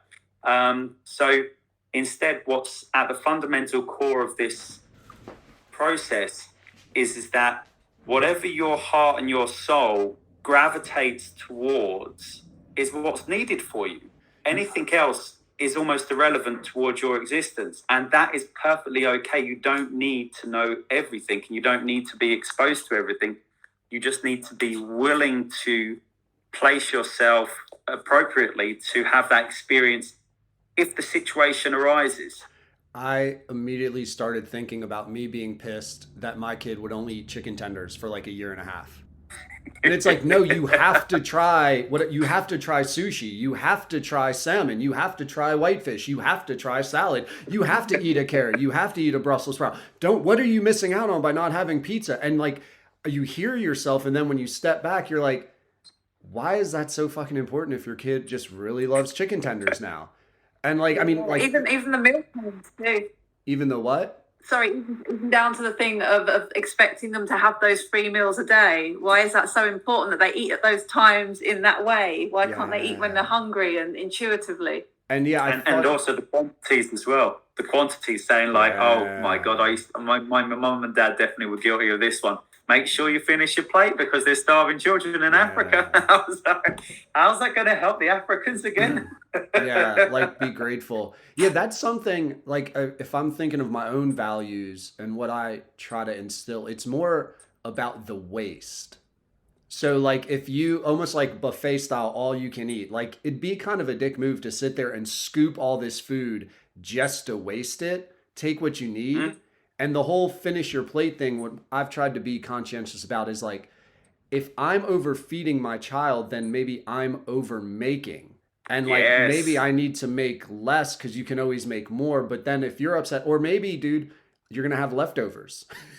Right? Like and like that's not a terrible thing if you make pasta and then you have it for 2 or 3 days. And then if you don't want it for 2 or 3 days, guess what? Make less pasta. Buy less. Consume less. Maybe you're over You can consuming. pet chicken, they'll eat the waste. The chickens will eat the waste if you If you have have any pets. food waste. Yeah, And composting as well. Composting, so wormery. So again, it's this idea of watching how things can play out differently to how they were playing out. So as in the story that we were told when we were younger, challenging it. So if you've got a full plate, you have to finish it because otherwise that's wasteful. Okay, so what is wasteful? And is there other things that I can do with that perception of waste so that it changes? So i.e., if I can only half of that plate, what else have I got in my life? Oh, if I've got a wormery, then that's valid because that goes down into plant food, and then the plants grow and they eat from that food. I've got chickens. And if I haven't got that waste, also have I got friends, neighbors who could possibly do with leftovers? I mean, once when we moved house, it was an unbelievable moment. We hadn't got the cooker set up or anything like that. And a friend just came around with a Tupperware of food for the food. And it was just amazing. And she was like, oh, we had this for dinner last night. We had these leftovers. And we figured that you guys could use them. And at that moment in time, it was like gold. It was like receiving, it was nourishment for you and your family. And that was, again, something that the children saw and went, okay, so we can give these gifts to other people. And it doesn't just have to be for us. And the other one as well is like you said before, is if we turn around and enforce how much a child should or shouldn't eat, how can we expect them to develop a healthy relationship with food? And how can we also get them to listen to when they are actually full? If we're saying, regardless of how full you feel, you need to finish this plate. So we are actually doing them a disservice by installing, again, authority on something that you should take authority for yourself. And even, funny enough, the animals, you can get to a point, if you put enough food out, they leave it and they go, I'm full now. Right. And I'm satiated. And then that food or waste can go on to something else and be used for something else in the garden or around the local community. And there's many different ways, but food is a great one. And I listened to a lady, and because I'm really big on the food, and she was like, she said, I died laughing. I went into the local juice place, and the smoothie had something like 25 ingredients. And she said, why do you need 25 ingredients? What is it that they think I'm missing out on that I need 25 ingredients in a smoothie? And I was like, I don't even know how you pack 25 ingredients into a smoothie. It doesn't make sense to me. But I saw where she was coming from. She's a big one for really trying to combat the more is more, and instead going for the less is more. So she's more of no more than 2 or 3. And it was written somewhere in herbal medicine, funnily enough, that if you're trying to get the medicinal value out of the herbs, never mix more than 3 herbs together, or otherwise you lose their potency.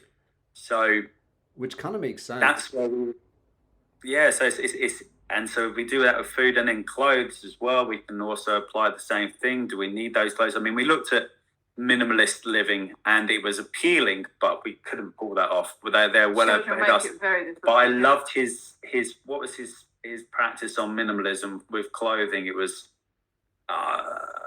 he had space only for 1 or 2 tops. And if it hadn't been worn in 6 months, it was passed on to a charity shop or something like that. And so it was this kind of idea of, again, just continually keeping in use what you have and not thinking that you need more than what you have. So rather than having a closet full of clothes that you're never going to wear because they're hiding at the back and you just don't ever get to them, instead just keep in circulation the ones that are at the front. and then that all of a sudden becomes space saving within your cupboard or your closet or whatever, and it becomes cyclical. And then again, you can take them out into the wider community. So you can go to a charity shop. I don't know if you probably have charity shops in America, Oh, yeah. I imagine. Thrift shops. Yeah. Dude, we've gotten to the point now where they just have these, it's almost like garbage bins of clothing dumps. So you clean out your closet, you throw it in a trash bag, or you just take the clothes yourselves, and you pull down a lever, and it's like a self-containing thing, and you just drop the clothes in there. I don't know who owns them. If somebody just bought one and then they try to like resell it themselves, it's not like a standard organization like YMCA or Goodwill. It's just these weird boxes that are popping up everywhere. Oh, okay. Well, then that's and concept. like you said before, and then society will try and figure out how to recirculate that around to people. And we do a lot of free cycling because living on a low income, we're always getting creative to find ways to make ends meet. I think it really makes your children quite resourceful. Yeah, they take actually free cycling to another level. Like you're like, no, that really is rubbish, and they're like, no, I can make something out of this, and then you bring it back, and they do. They give it a go. They throw some ribbons on it or some sparkle, and they turn it into a toy, and they have some creativity with that bit of rubbish. But again, it's this idea of not forcing them, but explaining to them. So why are we repurposing or recycling or upcycling? We've done a lot of upcycling projects because that's fun. We're into woodworking and creating things and so on and so forth. And we like taking a pallet and then turning a pallet into a chair for their bedroom and then just painting it pink and getting the paint, and then they take part in the whole project. And so you go to them, you say, like, that was thrown out, so considered rubbish. Yeah. And then we've taken it, we've cleaned it up, and we've gave it a new purpose. And the middle one has definitely taken that whole process quite keenly to heart, and she's always trying to find ways of repurposing and recycling things. And as I said before, one of the interesting things that I found has come out of this is that it's enough. Because at first, and the reason I say that's come out of it is that is enough, is that first it was kind of like, oh, are we only doing this because we haven't got the financial resources to just go to a shop and buy something already made? And so is it just us making good of a bad situation, and do we instead want the children to strive for more and get caught in that? And then actually it was this actually going, well, no, actually it's very functional. You can make it customized, so you can give it as much glitz and glam as you may or may not want. You can make it as plain as you may like. You can give it your own flavor. And then you're turning around saying, actually, again, everything that I need within my environment is here. Yeah. I just didn't see it. And so that can, again, add another string to your bow. And then as you work with the children, when they come across obstacles or challenges that they may face, you already have everything right here, right now. You just may not be aware that you have it right here, right now. And it might just need you to press stop, press pause, take a deep breath in and go, okay, so what have I got? And from that space, you can kind of clear everything, and then you can get quite creative. That's the difference between modern education is very much believing a child as an empty vessel, and you have to pour things into them and fill them up all the time. Right. Whereas the unschooling approach is just about saying, here's a human being in front of me. Let's peel back their layers like an onion until we see their true essence underneath and who they're destined to become, rather than adding things on top of them all the time. And the only thing to add to that is you're also peeling back your layers. Yes. You're definitely, that was one thing that took me by surprise. I didn't see that coming. And I think I mentioned it earlier to you. That's the unschooling one. You're peeling De-schooling of the adults. the de-schooling of the adults, and it wasn't something I walked consciously into. But in order to not try and fill up their cup and instead let them bring out what was already within, you had to start going, okay, so what was already in me? And this was that whole idea again of me not having to tell them what to do, but instead doing what I do, and them kind of observing from the distance how I present myself and so trying to conduct myself. re-parent and re-raise yourself at the same time as raising human beings next to you, and so it's a double job. And it's quite a workout. It is a workout, and but it's also what gives birth to the humility and the humanity of it all, because like if they see you accomplish things, then it naturally does drive them to want to accomplish things anyway. You don't even need to have that conversation, because they've seen you with your friends, for example, so a social circle. So then they want friends in a social circle. They see what you're willing to do for relationships. So then they turn around and go, okay, so that's what happens when I put effort into a relationship.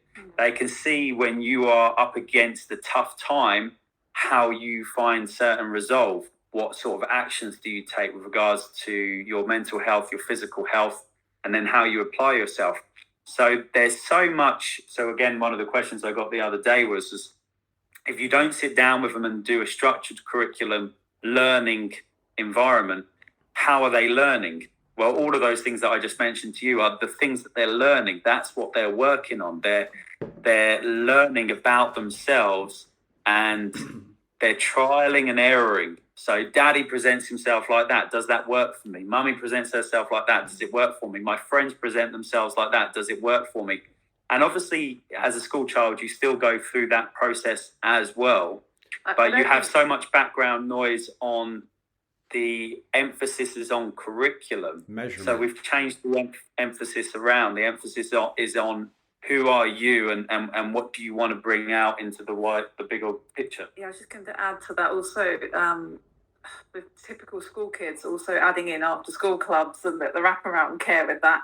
They don't have time to be bored anymore. And a lot of our true learning comes from being by ourselves and becoming creative, becoming bored, and then finding our own answers rather than always being told, whether that be from a teacher or a home ed parent. You don't want to always be told. You don't need to always be told. Sometimes you just need to be left in that space. And it is so uncomfortable, even for our home ed kids, when they get into that space of, I'm bored. And you're like, well, that's yours. And you go and find something to do with that. You know, you go and be with yourself and see what comes up for you. I'm curious about the board stuff, because with the the unlimited screen time, this is my current struggle as a parent, is more the social media screen time. And like, that's how, so my daughter super into social, like she loves the fact that she has lots of friends, and she enjoys having good times with her friends. And one way that they have good times is through TikTok, through Snapchat. Like, it's super enjoyable for them to sing, dance, post, comment, interact. I'm super bothered by that, right? Like, that bothers me. And then when I see her scrolling, I'm like, you're not allowing yourself any chance. You're just constantly self-stimulating in this weird consumptive way. Like, I don't see you producing. I see you sitting there consuming almost like a zombie, and you're fine with it for a couple hours. But then again, I'm looking at you guys talk about like gaming, and I'm like, is that self-stimulation, or how do you guys like wrestle with that? Is that even a concern of yours, like social media aspect? Yeah, we don't really do social media because of our son learning to read so late on.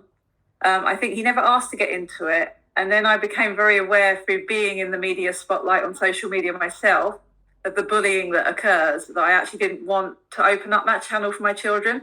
So we do unlimited screen time that they can sit and they can consume their favourite channels on YouTube and do their gaming, but none of them have social media accounts. So we don't do that aspect so much. And I do find with our eldest, he does get bored of playing the computer, doesn't he? And he comes down and then he goes in the garden and immerses himself in nature. They're his two things. Technology and nature are his two things.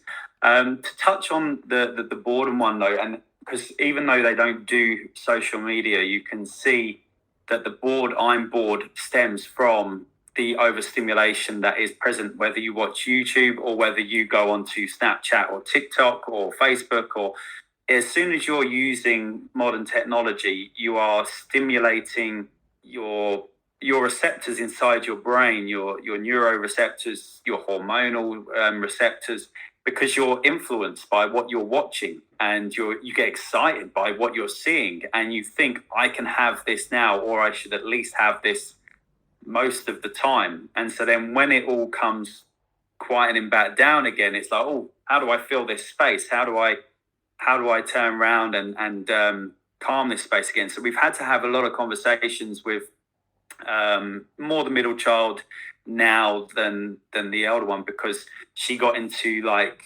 some funny ones, like oh wow, they were so kind of like out there and glitzy and glamour and everything's lovely and oh my god, oh, it was so the opposite to the world that we have for them off the screen, that it was actually quite funny to look at, because I think one of the best tools that I as a parent can find is turning around and trying to see the humor in the scenario. Then I always try and remind myself and go, God, I remember getting addicted to, for example, Premiership Manager and Championship Manager, and playing that for ungodly hours. My mum knocking on the door going, you're going to end up being a zombie. Just turn this off and go to bed. And I went, God, I did have those moments where it consumed my life. And it was only in the big scheme of my life, it was a fingernail. It was a blip. So I always kind of hold on to that and go, I wanted to taste that forbidden fruit, for example. And my mum always made a safe space for us. She was one of them ones that turned around and said, the world is full of vices. You might as well experience them under the safety of my roof. Okay, and she was and one of her superhero strengths was she was completely non-judgmental about it all. But she would just check in with you that you were okay. So you were happy to turn around and tell her whatever it was that you shouldn't be doing based upon society's expectations, but that you were doing because you were a young person growing up in a world. Your mates played that game. You wanted to play that game. Yeah. You wanted to be part of that social group for whatever reasons you did. So I remind myself of that, but I do have this conversations. This goes back to that one again with them. It still opens up the opportunity to have a conversation with your child. And with the middle one, I said to her, when she comes to me, when I'm bored, her computer had run out of battery, so she couldn't watch her program anymore. Because that was one of the ones that we do is we have it so that the computer is on a charge. Once the charge runs out, you've had enough time, and then it's time to do something else. It's a little technique that we've developed. And I said to her, now when you watch a person on the screen, I said, you see all the best bits of their life. They show you all of the fun parts, all of the bits that are exciting and that are engaging for you and make you want to do that. I said, and that's okay. I said, that's what inspiration is. That's what influence is. And I said, and there is some good sides to this. I said, the downside is it doesn't show you the parts whereby which they themselves are struggling. I said, and it doesn't show you the obstacles and challenges that they're facing other than the dramatized ones that they want to show you. Yeah. I said, so they have what would be considered bored moments as well, which means that, and then we use a specific episode, or I'll try and catch whatever it is that she's watching so I can relay back to her and say, you've only watched 20 minutes of this person's life. So I said, now what needs to be done is, as I said, you go, I enjoyed that. It was good exploring that moment with that person. But now what has happened is the moment has changed. But I said, you need to now allow your mind, body and soul, that moment to change as well. I said, so you can do that by going outside and walking and just taking on some fresh air. I said, or you can ask us. But I said, if I'm always going to have to keep filling up your cup with excitement, I said, you're going to run out of energy. I said, because what goes up must come back down again. I said, and the excitement of these things causes your hormones to rise, your excitement levels to rise, neurostimulation to rise. I said, and so that's what's happening. That's what you're going through right now. I said, and now just observe as it comes down the other side. And so she goes on this process of up and down, but we all do. And that's why I don't think telling them to not take part in it is going to help any of us in any way. Instead, can we work with them to manage the emotional highs and the emotional lows, the mental highs and the mental lows as they go through it? And then also trust that they're looking for something, aren't they? That's what I always hold in the back of my mind as well. They're trying to meet an unmet need. They're trying to meet an unmet need. And can I put my finger on the unmet need? Is it something to do with if they weren't watching this, what would they want to be doing? Yeah. And can I give them access to that thing? And if I can't, is this an okay second best? And can we get to can we get to that thing that they want to do using this as a channel, as in an avenue towards that future success, so that we're still not doing instant gratification. So I speak to my children about instant gratification a lot, because that's the world we live in now, that we live in a world of instant gratification. So I'm always trying to put a slight pause or a slight delay on this instant gratification. Instead, go back to what we were talking about earlier, the process. Yeah. So we're not just trying to pick up the award, and instead, okay, so what's the process of being stuck in second best, as in where I don't really want to be, but I'm okay being there? And how do we get to where I want to get to? And let's see what happens along that journey, the emotions, the mindset, as in going through the boredom. And unfortunately, as we're seeing from more and more youngsters, and I'm sure you're unfortunately exposed to probably more than we are, but the depression that's coming in with the younger generations even more. And if I was thinking to myself as a youngster and I'm depressed and so on and so forth, and I'm just reaching out at these avenues to give me some stimulation, because that's essentially what they're doing, and then people are turning around and they're on my back and they're on my case saying, you're wasting your life, you're going to end up a zombie, you're going to fail at everything that you do, then the self-fulfilling prophecy all of a sudden becomes a reality. Whereas if I was... And you also go and seek emotional connection elsewhere. Yeah. Outside of your family. Whereas, you think they're not accepting me, so yeah. I go and look. Yeah, they're not trying to connect with me. It. Whereas what I love with my son, even though I don't, and he knows that I don't 100% support his choice, he knows that it's the opposite. So I've said to him, I need to be honest with you and tell you that this wouldn't have been my choice for you, but I am going to support you in that choice 110%. And so he comes up to me and tells me when he has problems, or when something has confused him that he's been exposed to or whatever, and what are my thoughts and feelings on it. So the fact that I've still kept that channel of communication up is my marker, if you like, the marker that I keep for myself, that I'm still doing okay. When that channel of communication breaks between parent and child, that's when it becomes a little bit tricky. And for the parent, they then have to try and figure out, how do I open up that channel of communication again, so that we're communicating, because that way we can navigate whatever path we're on. And there will be parts that I like and don't like, and there'll be parts that they like and that they don't like as well. So that's my feeling on it. And I feel sorry for all of us in many respects, because we're first ones in, aren't we? We're first generation in with having to deal with this modern beast called social media. Yeah. So, and we're all having conversations about it. And that's what I think is important, is that we all do keep having these conversations about it, because then we will figure out. Limiting it and banning it is just not the answer. I don't think so, because it's only going to grow.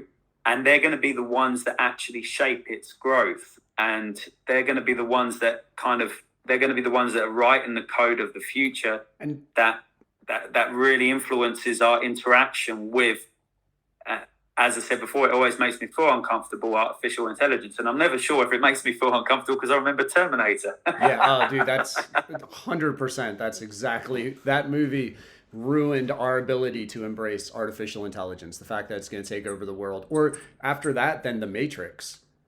Like, if artificial intelligence turns us into batteries and breeds us like cornfields, like what we do to corn, AI could do to us. And like, you don't want to do that. I don't want to be corn, right?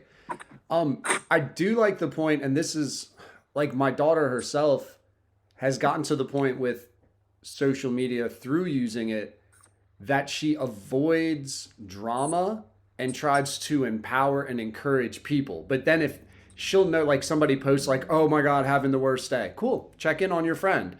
What's happening? And then if they bring up some silliness like, oh my God, like, he won't reply to me, he didn't like my picture, she's like, that should not be ruining your day.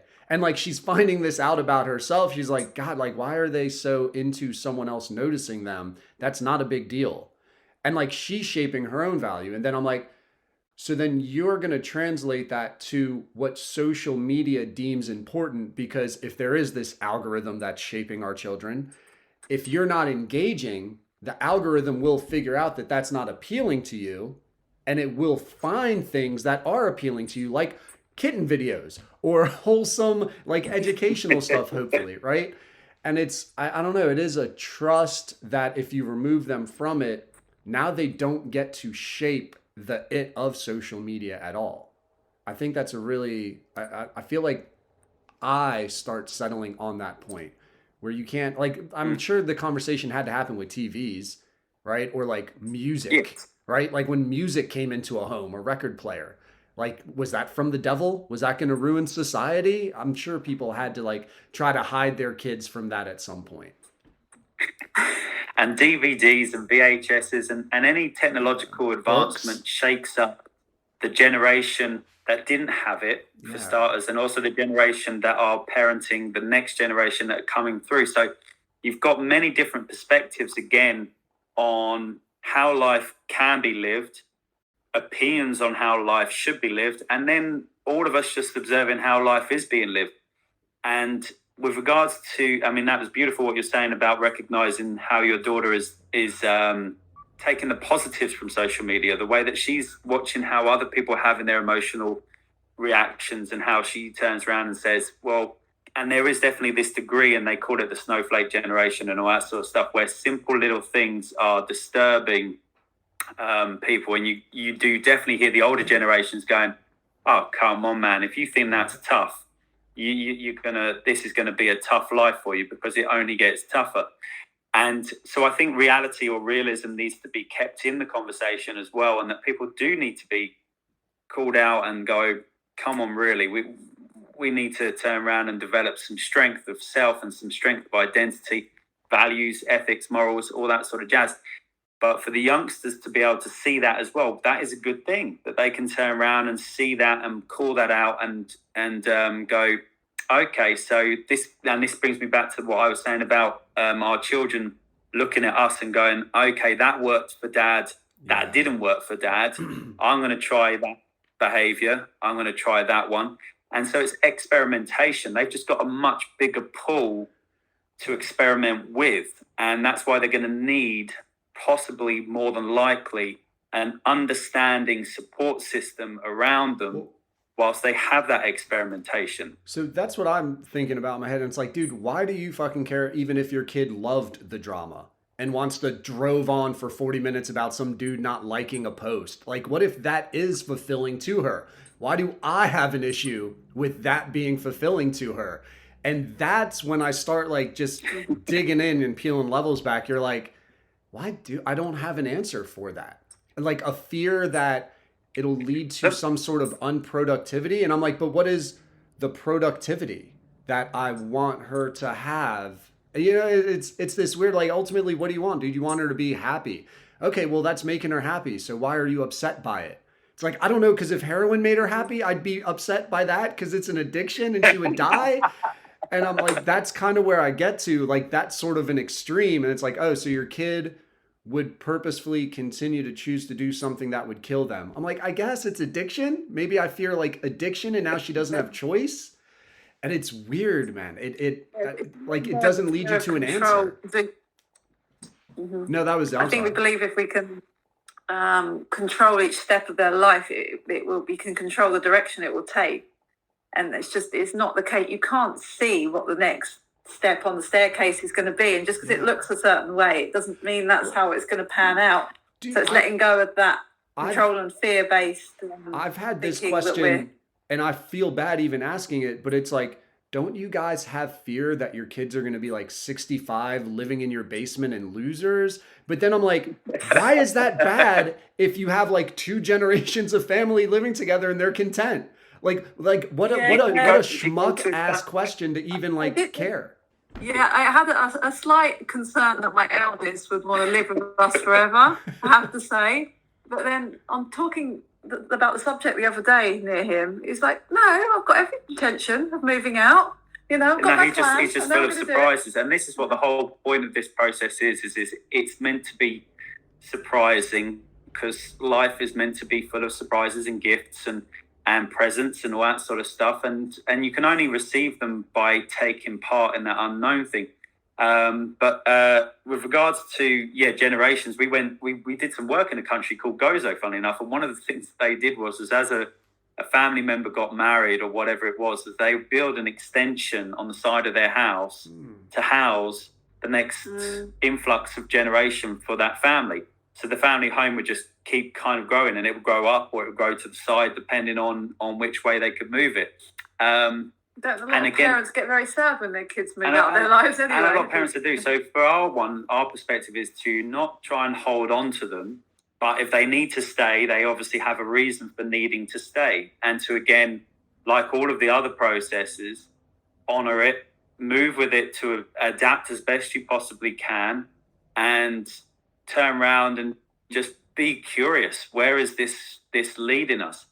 But if it pans out any way that I think it will, as in, i.e., I believe they will discover something that sets their world on fire, passion, that they will then move in circles around those passionate people. They will bump into somebody who is equally passionate about whatever it is, and that the two things just happen to attract each other, and then life will write a nice romantic novel for us all, and we all live happily ever after, and we get our real Disney movie, you know. But I wanted to just go back to that one as well, whereby which we worry about our children wasting their time. And I said to my son, I said, oh God, because I remember playing Championship Manager, but I also used to play it on a specific computer that had a personality disorder. This computer would only turn on every 3 days. And when it would turn on, it would only stay on for anywhere from 24 hours to 36 hours. So when you finally got it on, you did a beast session. You would literally just, because we got given it was secondhand and it was falling apart. And my auntie used to laugh at us that it still had any juice left in it whatsoever. But it had just enough oomph in it to play this one particular game. And me and my brother would waste until the early hours of the morning, and we'd go to my mum. She'd be like, surely you need to go to bed now. We'd be like, but we've only possibly got 10 more hours of this computer alive. I must drain it for those 10 hours. And this computer lasted about 3 years in total. So for 3 years, was I wasting my time, or was I creating a memory that not everybody has? And did it turn into something really unhealthy? No. In the end, I actually realized that I'm just not up for playing computer games, and I much prefer being outside and making things and so on and so forth. My life took a completely different path. But for those 3 years, every couple of days, me and my brother were just absolutely hammering Championship Manager. And I'm sure if we all look back in our childhood, that there was that one thing that we did that we were going, somebody else would have seen it as us wasting time. Yeah. But for us, it was us, again, just exploring the things that we're interested in. I mean, I could name, in fact, most of the people that I know now, because my world has changed so much, the last thing they ever played as a kid was Championship Manager. Whereas my mates that I grew up with, they loved that game. But because I've really changed lanes with the people that I hang out with and all that sort of stuff, they're of a different ilk. So different things interest them. So I'm going to myself, my children are therefore same as me, but different to me. So the things that interest them is because they have a connection to it. They have a curiosity about it. I might not understand that connection or that curiosity. And that technically is my only job, is to really try and figure it out and go, okay, so that's what's setting their world on fire. My son loves Minecraft. I can't stand that game. Yeah. I love it. He started with Lego, actually building physical he loves all Lego. Pixel things. He loves all square, blocky things, whereas I like my round edges, you know. That's an interesting way to look at it. Engineering. He takes his computer apart at midnight and tells me about this and that, and I have no idea what's going on, but in his world, he's on it. Yeah. Nice. So it's interesting to him. It's weird to think of your kids as different than you. And I think that's a takeaway that I'm getting from this conversation that I think I'll keep, is like, you almost have to kind of accept that there's somewhat of a possibility that your kid might be different than you, even though it came from you, right? It's your. Have you got brothers and sisters? No, I do not. So you're an only child. Are you the same as your mum and dad? So, I don't know. I honestly, so my dad left when I was 10, never seen the man again. And so around my mom, I definitely drink like she drinks. I don't know personality wise. I don't think so. Like I'm into sports, I'm into being out, I'm into being active where I feel like my mom was way more reclusive. Like she's fine just sitting around. I've got so much fucking energy. I've got to like go go go go go and I feel like she's more like just content. Like I like cooking, she can't cook. It's almost like I feel like I almost filled in voids that were her weaknesses because there was a hole to fill. Like if there's no food, like I didn't like the fact that there was never any homemade food. So what did I start doing was making homemade food. I enjoy cooking in the process of cooking. We have something in common, my friend. I remember my mum when I was 15. I was like, "Ma, you're a terrible cook. I'm going to have to start cooking." Right. And so I did. And you still do most of the And I cooking. still do most of the cooking because I enjoy it. And so, and if you don't mind asking me, how old is your daughter? 13. So you've already done something different to your father, if you don't mind my saying. Yeah. No, yeah, right. And dude, that was really important to me. Like I'm like, fuck it, dude, I've got to be around. Like that I didn't like not having a father. So it's like almost like my mom smoked and she chain smoked like crazy. And I can't fucking stay. Like if you taste like a cigarette and I kiss you, sorry, it's a deal breaker, man. Like, or if I walk into your home. Same thing. I grew up in a smoking household, couldn't stand it. I can't stand smoking. And so our own experiences tell us that we're different. We're uniquely different. We have things that are in common. There's definitely, like you picked out about your mum, you can see the things that are the similar and in common and cultural, all that sort of stuff. So there are similarities there. But ultimately and fundamentally, you're a different human being. You have different interests, different ambitions, different aspirations, different way of expressing yourself and a different way of exploring this crazy thing called life. I've got a brother and 2 sisters, and we're all uniquely different. If you were to stand us up next to each other and spout out our careers and what we've done since we left home, you would turn around and go, there's no way they're from the same family. Now, don't get me wrong, that doesn't mean that there aren't people that go into a family business, for example, and you go to yourself, wow, you guys really are similar. So there's always exceptions to every rule, and there are always things that are going to be the same. And you're going to find out along this path just how similar your daughter is to you, but also how different she is. And so all we're attempting to learn is, like I said before, is my eldest and my youngest one, they love to hit my triggers because they're the differences, right? So the differences, you go, oh my gosh, I wouldn't do that or be that or behave that way in a million years. And there you are. I didn't show you that behavior. Why are you doing it? But that's them being them. That's them exploring whatever that soul, spirit, or life force is that's inside them coming out. And all we've decided to do is be champions in their corner as they go through that process. And because we also have that simplest of beliefs that once you get through childhood and you leave the parent home, or they stay at the parent home, then they're going to come up against a lot of people that aren't potentially champions in their corner. Okay, so because I already know that the world is definitely going to throw them their obstacles and their challenging people, I might as well be in their corner, you know. And that's the choice that I imagine that every parent is faced with, is to either get in your kid's corner or not. And no, I was going to add, it's funny because to go back to school systems, how much guilt does a parent feel when their kid is not successful in school because all they want to do is champion for their kid to be successful? So again, like forcing the kid to write, you're getting calls home, your kid won't write, and all of a sudden it's like, I'm a terrible person because my kid doesn't write, and they're failing. And now you feel like a failure as a parent, and it's like, or again, like through your system, it seems like if the kid's not ready to discover writing, it's a lot less guilt on the parent for like raising the failure or not having done enough to prepare your kid. Absolutely. So you're preparing in many respects just simply for success. In many respects, it's just, again, success on different time lapses. And that's all it is. It's saying we're going to achieve those goals. We just don't know when we're going to achieve them. And so let's just champion each other, support each other, work for each other as well. So like, I think we've kind of tried to put middle child on parental duty at the moment, haven't we? So she's entertaining younger child, and she went, I'm not in a play mood today. And we're like, oh, we're just going to have this conversation. Do you mind picking up the baton? And she's like, oh, gone. And now they've been playing really well for a long period of time.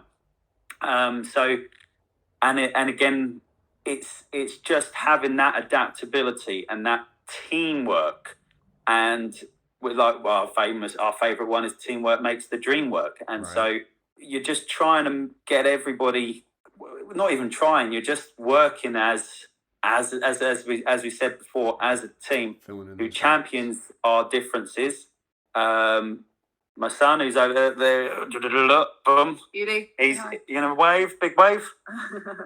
He's very different to middle child, and middle child is very different to little child. And then, like they always say to me, and we're very different to you, Dad. Yeah. But then we all come together as a team, and we all fight for our common goal, which is us. So then the differences don't have to be a defeat, and they don't have to be a fail. Yeah. They can actually be a curiosity. That's the kind of the way I like to always look at it is I'm learning something new my own self by watching somebody do it differently. We very much see that in a home ed meetup. So we run an allotment group every week with home ed families, but there's no age range on it. It goes from like baby toddler right the way up to 13, 14. And it's really magical to watch the older children nurture the younger ones, and the younger ones play up to try and achieve what the older ones are, rather than be limited by peers of their same age. And the parents don't hardly ever have to step in. No, they do their conflict resolution. Little ones. Yeah, just letting the kids do conflict resolution, and then if there really is a problem, which there generally hardly ever is, because they're out in nature's back garden and they're just turning around. And then there's middle child. Say hello, middle child. Hi. Hi, middle child. Astara. Yeah. Oh, dude, that's a beautiful name. And so we're just talking about your allotment group, Ozzy. And then it changes as well. So it changes because people have different interests. So they might just come along to the group for 1 term, 2 terms, and then they might turn around and go, actually, we want to try something else new as well. So the opportunity to change, but also there's obviously a stress with that, because again, if you place your child in school, you kind of have this theory that that's where they're going to be for 4 years or 5 years or 10 years, depending on whether they continue their education into other establishments. So you kind of build your life around them being on that routine, whereas this one is more you're accepting that the routine is going to be changeable. So we had a good friend who did parkour groups, and we went along to that, but then he moved, so that changed. And there was other groups that we went to that were again run by a homeschool family, and then their life situation changed. And so what we got to again show the kids a lot of is in these early years is that life is changeable, that it doesn't stay as consistent or as solid as you would like. And then again, this is that part whereby which you can be a champion in each other's corners, and you go, it's okay, it's changed. What else is out there? What new can we find? And then you're huddled around together as a team. It's a good lesson for life, because I think, people do come in and out of our lives and things do change really abruptly. And so teaching them adaptability from a really young age will really see them fit for their future, rather than giving them the illusion of everything stays the same and it's all uniform and it's all like this. And then you're out in the world all by yourself. See you later. Yeah. And so for me, it just doesn't make sense to raise them in that false sense of security, to then put them in the real world, to see them go, what the? I'm not prepared for this. Yeah, It's not how you an earthquake happens. You have no idea how to survive. I just thought about this. Have any of your kids asked to actually go to a formal school? Middle child, the one that you just said hello to there. Oh, so nice. she's got that personality that would do well in a schooling environment. But she asked just at the moment COVID kicked off, which became a big no. So we said because we always said to the eldest one as well that if you wanted to, we would facilitate that thing, because the idea was always that it was child autonomy. And they've all of them, apart from the youngest one, have got friends who have either been in school and come out of school or are still in school. and also friends that have been homeschooled and are now school children. And so like Astara's birthday party that she just went to there, from the 8 friends that were there, I'd say most of them were school children. A lot of them school and a few were home ed. Yeah. So we said to her, we explained the reasons why it was school the time wasn't when they were setting up the bubbles and the social distancing and the talk of vaccinations, talk of vaccines coming in, and all that sort of stuff. So we went, no, there's just too many parameters. There's too many things now that are a big flag for us personally. We explained the reasons why they were a flag, but what we did say was we will now endeavour to. We said, what is it about school? And it turned out to be her having more social environment. So her eldest brother is very happy with 1-2 friends. He's one of those type of people that doesn't need more than a handful of people. It turns out she's more of a person who likes to have many friends. Friends with the world, she is. So all we did was we just started chatting to a few friends, found out that there was actually quite a lot of local park meetups. So we just went along to all of those, bar none. Then we found a few groups. Then we set up our own allotment group where we invite people along to have it. And before you knew it, we had a community that was almost, sometimes it wasn't manageable because there were so many people in the community. And she hasn't asked to try it again since, because she got what she needed. The social it's just about finding, rather than going to it must be school that she's missing with, like, what is she asking for here? Let's see if we can find it elsewhere. But if it hadn't been the mist of COVID, I would have just popped her in the school and said, look, see for yourself. And I think most homemade kids would try a regular school environment, and like she said, but you can't eat when you want, and you can't take breaks and move when you want. What's this all about? So now she actually, we walk past schools and we have conversations, and she feels sorry for the kids that they can't just have the freedom of movement and autonomy that she gets. But equally, I do try and inform her about the fact that school can be positive places for children as well. It's not all doom and gloom for everyone. Some kids get on okay there and do well. But overall, I think, if she was to now go back into, I want to try school, she could totally do it. That wouldn't be an issue for us. I just don't see that she would at this point. Now she's filled her cup of what she needs. Dude, some of those like Facebook pictures or memes or whatever, where they start putting the picture on picture, like side by side comparisons of prisons and schools, like cafeterias, classrooms, teachers as overseers, like the school buses and like the time restrictions. And again, I'm a teacher. I work in schools, and I don't like to think of them as prisons at all, but like they're very regulated, and it is real systematic. And it is helpful if people want to have like the careers and you're pursuing what capitalistic goals, because you need a place that's safe for your kid to be educated. But you guys have like really committed the time to supporting your kids. And if you guys didn't have that perspective, like, would you both leave your kids and just fence them in somewhere if you guys were career people? Yeah, we have known people that have come into the homeschooling world, and then they've realised that I just can't build my career. Why are my kids around me this much? So then they have had to. It's often been like a Steiner school or something like that. They put them back into, which is it's a great option out of all the options out there. But for me, I do have like a burning desire to fulfil my passions, but at the same time, I put it in perspective and go, they're children for such a short time. Right. And a lot of homemade kids do choose to go to college and university and pursue whatever they're interested in later on. But I just feel like, why go and try and build something now that I could build in 5-10 years just the same, at the expense of, their mental health and their future? I mean, why did I have children if I didn't want to raise them? That's how I feel about it. I feel like, why do you have children? To give them away for an institution and the government just to raise them for you? It just seems nuts to me. I can't comprehend it.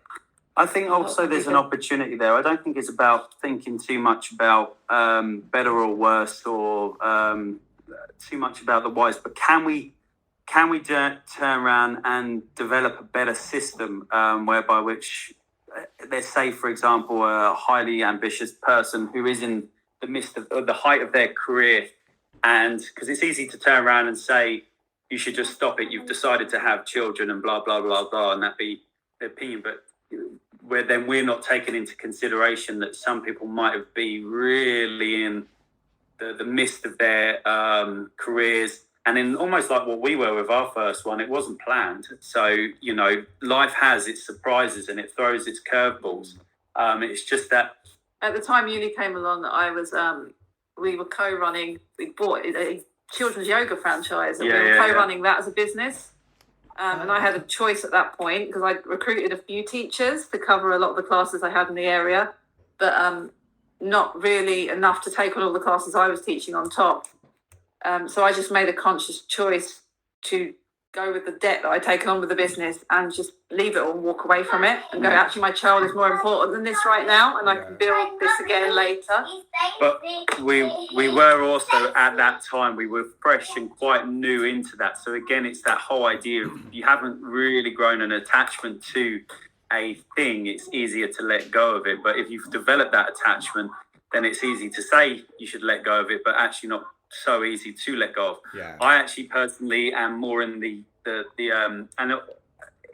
camp of turning around saying, can society look at it itself and say, do working days and working weeks need to be as intense as they are? So are we still stuck in that competition mindset where everything has to be for a percentage profit?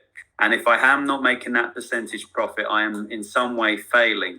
Whereas if we can look at starting to attempt to develop a society whereby which, again, rather than survival of the fittest, we do survival by cooperation, and we start working together as teams in communities. And so therefore, if like what they say, it doesn't take a parent or an individual to raise a child, it takes a community. And what would have been an ideal kind of utopian dream would have been to have a community of people around us who are kind of almost going through the parenting journey at the same time. And then the children and the parents and everybody kind of knows each other. And then you can kind of fill in as people still pursue whatever their career or their ambition may be. And then because their career ambition isn't taking as much time off of them as the current careers and ambitions are taken off of people, they can actually do both. And I don't think that that's an unrealistic ask. I think it just means that people need to take their foot off of the gas, be a little bit brave, and start questioning certain institutions that are in society. Funny enough, I saw Marianne Williamson's daughter. You know, Marianne Williamson is no, she's she went for president at one point. So she was a presidential candidate. I forget which party she's with. But anyway, she was in England because her daughter must have married an Englishman or whatever. And she had her baby here in the UK. And she said, how nice must it be how good did it feel to know that I could have my grandchild here without having to worry about the cost of having that grandchild because of the NHS, because we've got the thing. So when you've got a society that is built on just basics, food, clothes, healthcare, and people are stressed and worried to just cover those simple things. We're not even talking about extravagance. We're just talking about basics. Then what we do as a living is even more difficult, because they're even further away from covering those basics on one hand. As you become more dependent or independent, you start obviously realizing that there's certain sacrifices that you need to make in your life, and there's certain choices that you need to make in your life that put, if you like, they put the responsibility back into your hands, and you're quite happy with that. So the responsibility of your health, the responsibility of your well-being, and the responsibility of your financial income. But as I said before, to then backtrack again, so that would be my vision for society, is to turn around and question, how it's set up with this thirst for competition, the distribution of wealth, and challenging all of those sort of things. And then also, can we cut out a section of time for a person and say, okay, you're now in parenthood, maternity leave and paternity leave isn't enough. That's like a drop in the ocean. And is there a way that turns around and says that when people are in parenthood, certain maybe relief practices are set in place, such as repayments on mortgages or repayments on loans, they get reduced or halved or whatever it is? Society needs to acknowledge the value that mothers at home and fathers at home exactly contribute towards the economy by raising the next generation. We don't recognise that as a valuable thing to do. Whereas in this country, we're happy to give people childcare vouchers if they're registered by Ofsted, the regulation agency for the nurseries and daycare, for a stranger to look after our children. We value it by paying them, but we won't give that same money to the main carers at home that are the people that the children know. Because their fear is, although I think their fear is based upon a fallacy, but their fear is that it will encourage people to keep churning out children. So they're turning around saying, if we create a system whereby which you are benefited by having children, then you're just going to want to have children, which is almost, it's short-sighted, because I firmly believe that if society supports society, the people within it, then as you develop, you're going to have ambitions, and you're going to have passions, and you're going to have interests, and you're going to want to pursue them. It's only when you're in a constant state of lack of, or stress, or fear, or anxiety, or dependency, that you limit yourself on what you can do. And if you're also having to turn around and make choices that are against what your heart and your soul want you to do based upon a certain gain, then again, it's the outcome is not going to be of great benefit to everyone. And so we need to get away from being short-sighted and afraid of people. And of course, there will be, unfortunately, and this is it, I'm sure there will be some people who abuse the system, but there isn't a single, as far as I'm aware, there isn't a single system in operation in humanity across the four corners of the globe whereby which somebody is not abusing that system. So that's just human nature in its sense. But I think if we can start healing the wounds, then what will happen is the amount of people who abuse the system will reduce. And again, it's that slow game. So at first, people will jump on it and they see it as an opportunity to get themselves out of what they see as a worse situation and go, oh, this is great, I'm being paid for being a bum. Right. Then being a bum will wear off. It will get tiring. It will get, well, we go back to that word. It will just get boring. Where they were paying people like that, and actually they did, once they had their needs met, their basic needs met, they actually did start to work to then better themselves and do what they loved. Yeah, what am I interested in? Because they felt safe that they had their needs met. Well, like for retirement, so many people, they take their job here, you do your 30 years, you get your pension, and then what do? Oh, I finally get to work with what I want to do. And it's like, oh, so you're going to continue to work, but now you just get to choose, like, hey, I want to sell electric bikes. I want to, whatever, have a hot dog cart. And it's like, oh, so that's what you would have been doing had you not been doing this other job the entire time to just finally get the freedom. And like the kid point, like eventually you would probably get tired of the birthing process or the crying or the sleepless nights. And it would be like, you know what? I'm good with 2 kids. But we're there at 3. Yeah, right. You get to a cut-off point and you go, okay, I've enjoyed this process. I'm now ready for the next part of the process. Yeah. And yes, there are people and it sounds like you're aware of mental health and all that sort of stuff. There is no 2 ways about it. There's certain sections of society that are vulnerable, and they will need extra care. They will need extra help and extra attention from other certain members of society. But again, this is that whole idea of nurturing, support, giving, receiving, trusting. And even when it looks as though your trust is being abused, still trusting further. When it looks as though your generosity is being taken for granted, you give more. Because at some point, and I used to say to people, because they love their sciences, is it always reminds me of the simplest one in science is critical activation point, which I'm sure you're aware of. When you take 2 substances and when you pour enough of one substance into another, there's a chemical reaction. There's a change in the chemistry. But if you stopped pouring after the first or second pour, nothing would change to the solutions. They would still remain in their constant chemical formula. But once you get to that critical activation point, something has changed. And that's the same with giving. And I still remember this lovely one from, I watched a documentary on yoga many, many years ago. And the guy was running a studio. It was in America. And he was doing the classes on donation, which I was like, whoa, you risk doing it on donation? That's amazing. And he was like, for as long as the bills are paid and the family are looked after, then I'm meant to be doing this. And it seems to work out quite nicely.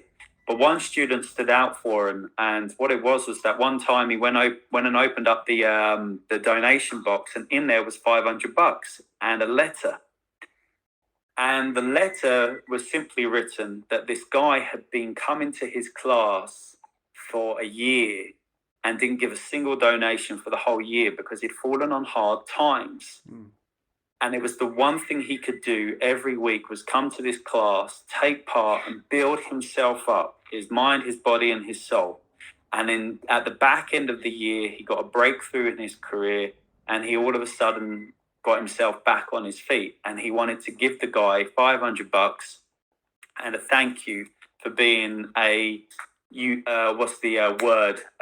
anonymous supporter, because that's essentially what the yoga teacher was. He didn't realize he was supporting this guy through this hard time. He just was, by the fact that he made something accessible and available to everyone. And again, if people were judging that action over 3 months, it would be a fail. Even over 6 months, it would have been a fail. But over a year, it turned into a success.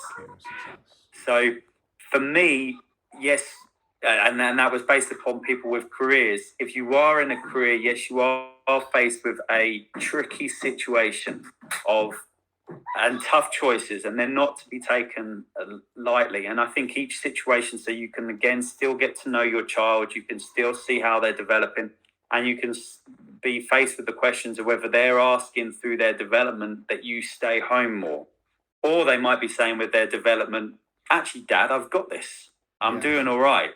And I think both are very, very possible, and I think that's one way we need to move forward, because we can't just say to everybody, go out there and be parents. That's what you've taken on. I think we need to talk to the children, be honest with ourselves, and start moving towards developing a more cooperative society than the one that we've currently got. That would be my 5 pence worth. I'm not sure what the American equivalent is. Not either. 5 cents worth, isn't it? I guess it. I don't know. Pence and pounds. I don't know the conversion rate. I don't know that it matters. Speaking of accessibility, I have to go take my daughter. My daughter's current need is to go walk around. We live by a beach town, so we have a boardwalk, and she's all about meeting up with friends. And it's weird for me to now be like cool, you got $20 and you're just going to do whatever you want in this little beach town for like 5 hours with your friends. I really hope you come back to me in one piece and you're not arrested. Nobody's beat up. Like it's a weird place for me to be, but that's where I'm about to be, is dropping her off at the boardwalk. So I've got to go. Guys, thank you so much for coming on and spending so much time sharing your philosophies. I don't know. It was super introspective for me and like challenging for me to be like, why do I believe? Why am I a part of this system? Why do I feel like this is what should be? It's super empowering conversation. So yeah, thank you for that. Well, thank you too. We've very much enjoyed having this conversation with you, and enjoy this evening with your daughter and trusting her. Yeah, I know. I can't. God, it's so nervous. I don't know if it's because she's a girl. Like if she was a dude, I feel like I'd be better, but because she's like a I'm with you there on that one, buddy. I'm with you there on that. Oh, it's so uncomfortable as a dad. Probably because I am a guy, and I'm just like, oh, they're all out to get you. Don't trust any of them. All right, guys. Enjoy your day too. Thank you again. Thank you very much, man. Take care. Bye-bye. Huge thanks to Andre Psyche for supporting the Getting to Know You pod. Homeboy's been down since just about day one. If you have not already, search him up, Andre Psyche, on social media. Give my man a follow for the fuck of it. Please, almost more importantly, do not forget to subscribe, rate, and review the Getting to Know You pod on Apple, Spotify, or your preferred podcast platform. 5 stars, 5 stars, 5 stars. If you have not already, continue with your gracious clicking, friend and follow the Getting to Know You pod on Twitter, Instagram, Facebook. And if you're feeling super generous, as in that ching-ching monetary type, go to our Patreon and support the pod for as little as $2 a month. Oh yeah, and if you know anyone who'd like to be a guest on the pod, go ahead and send their contact info our way. Slide them up into my DMs. Later.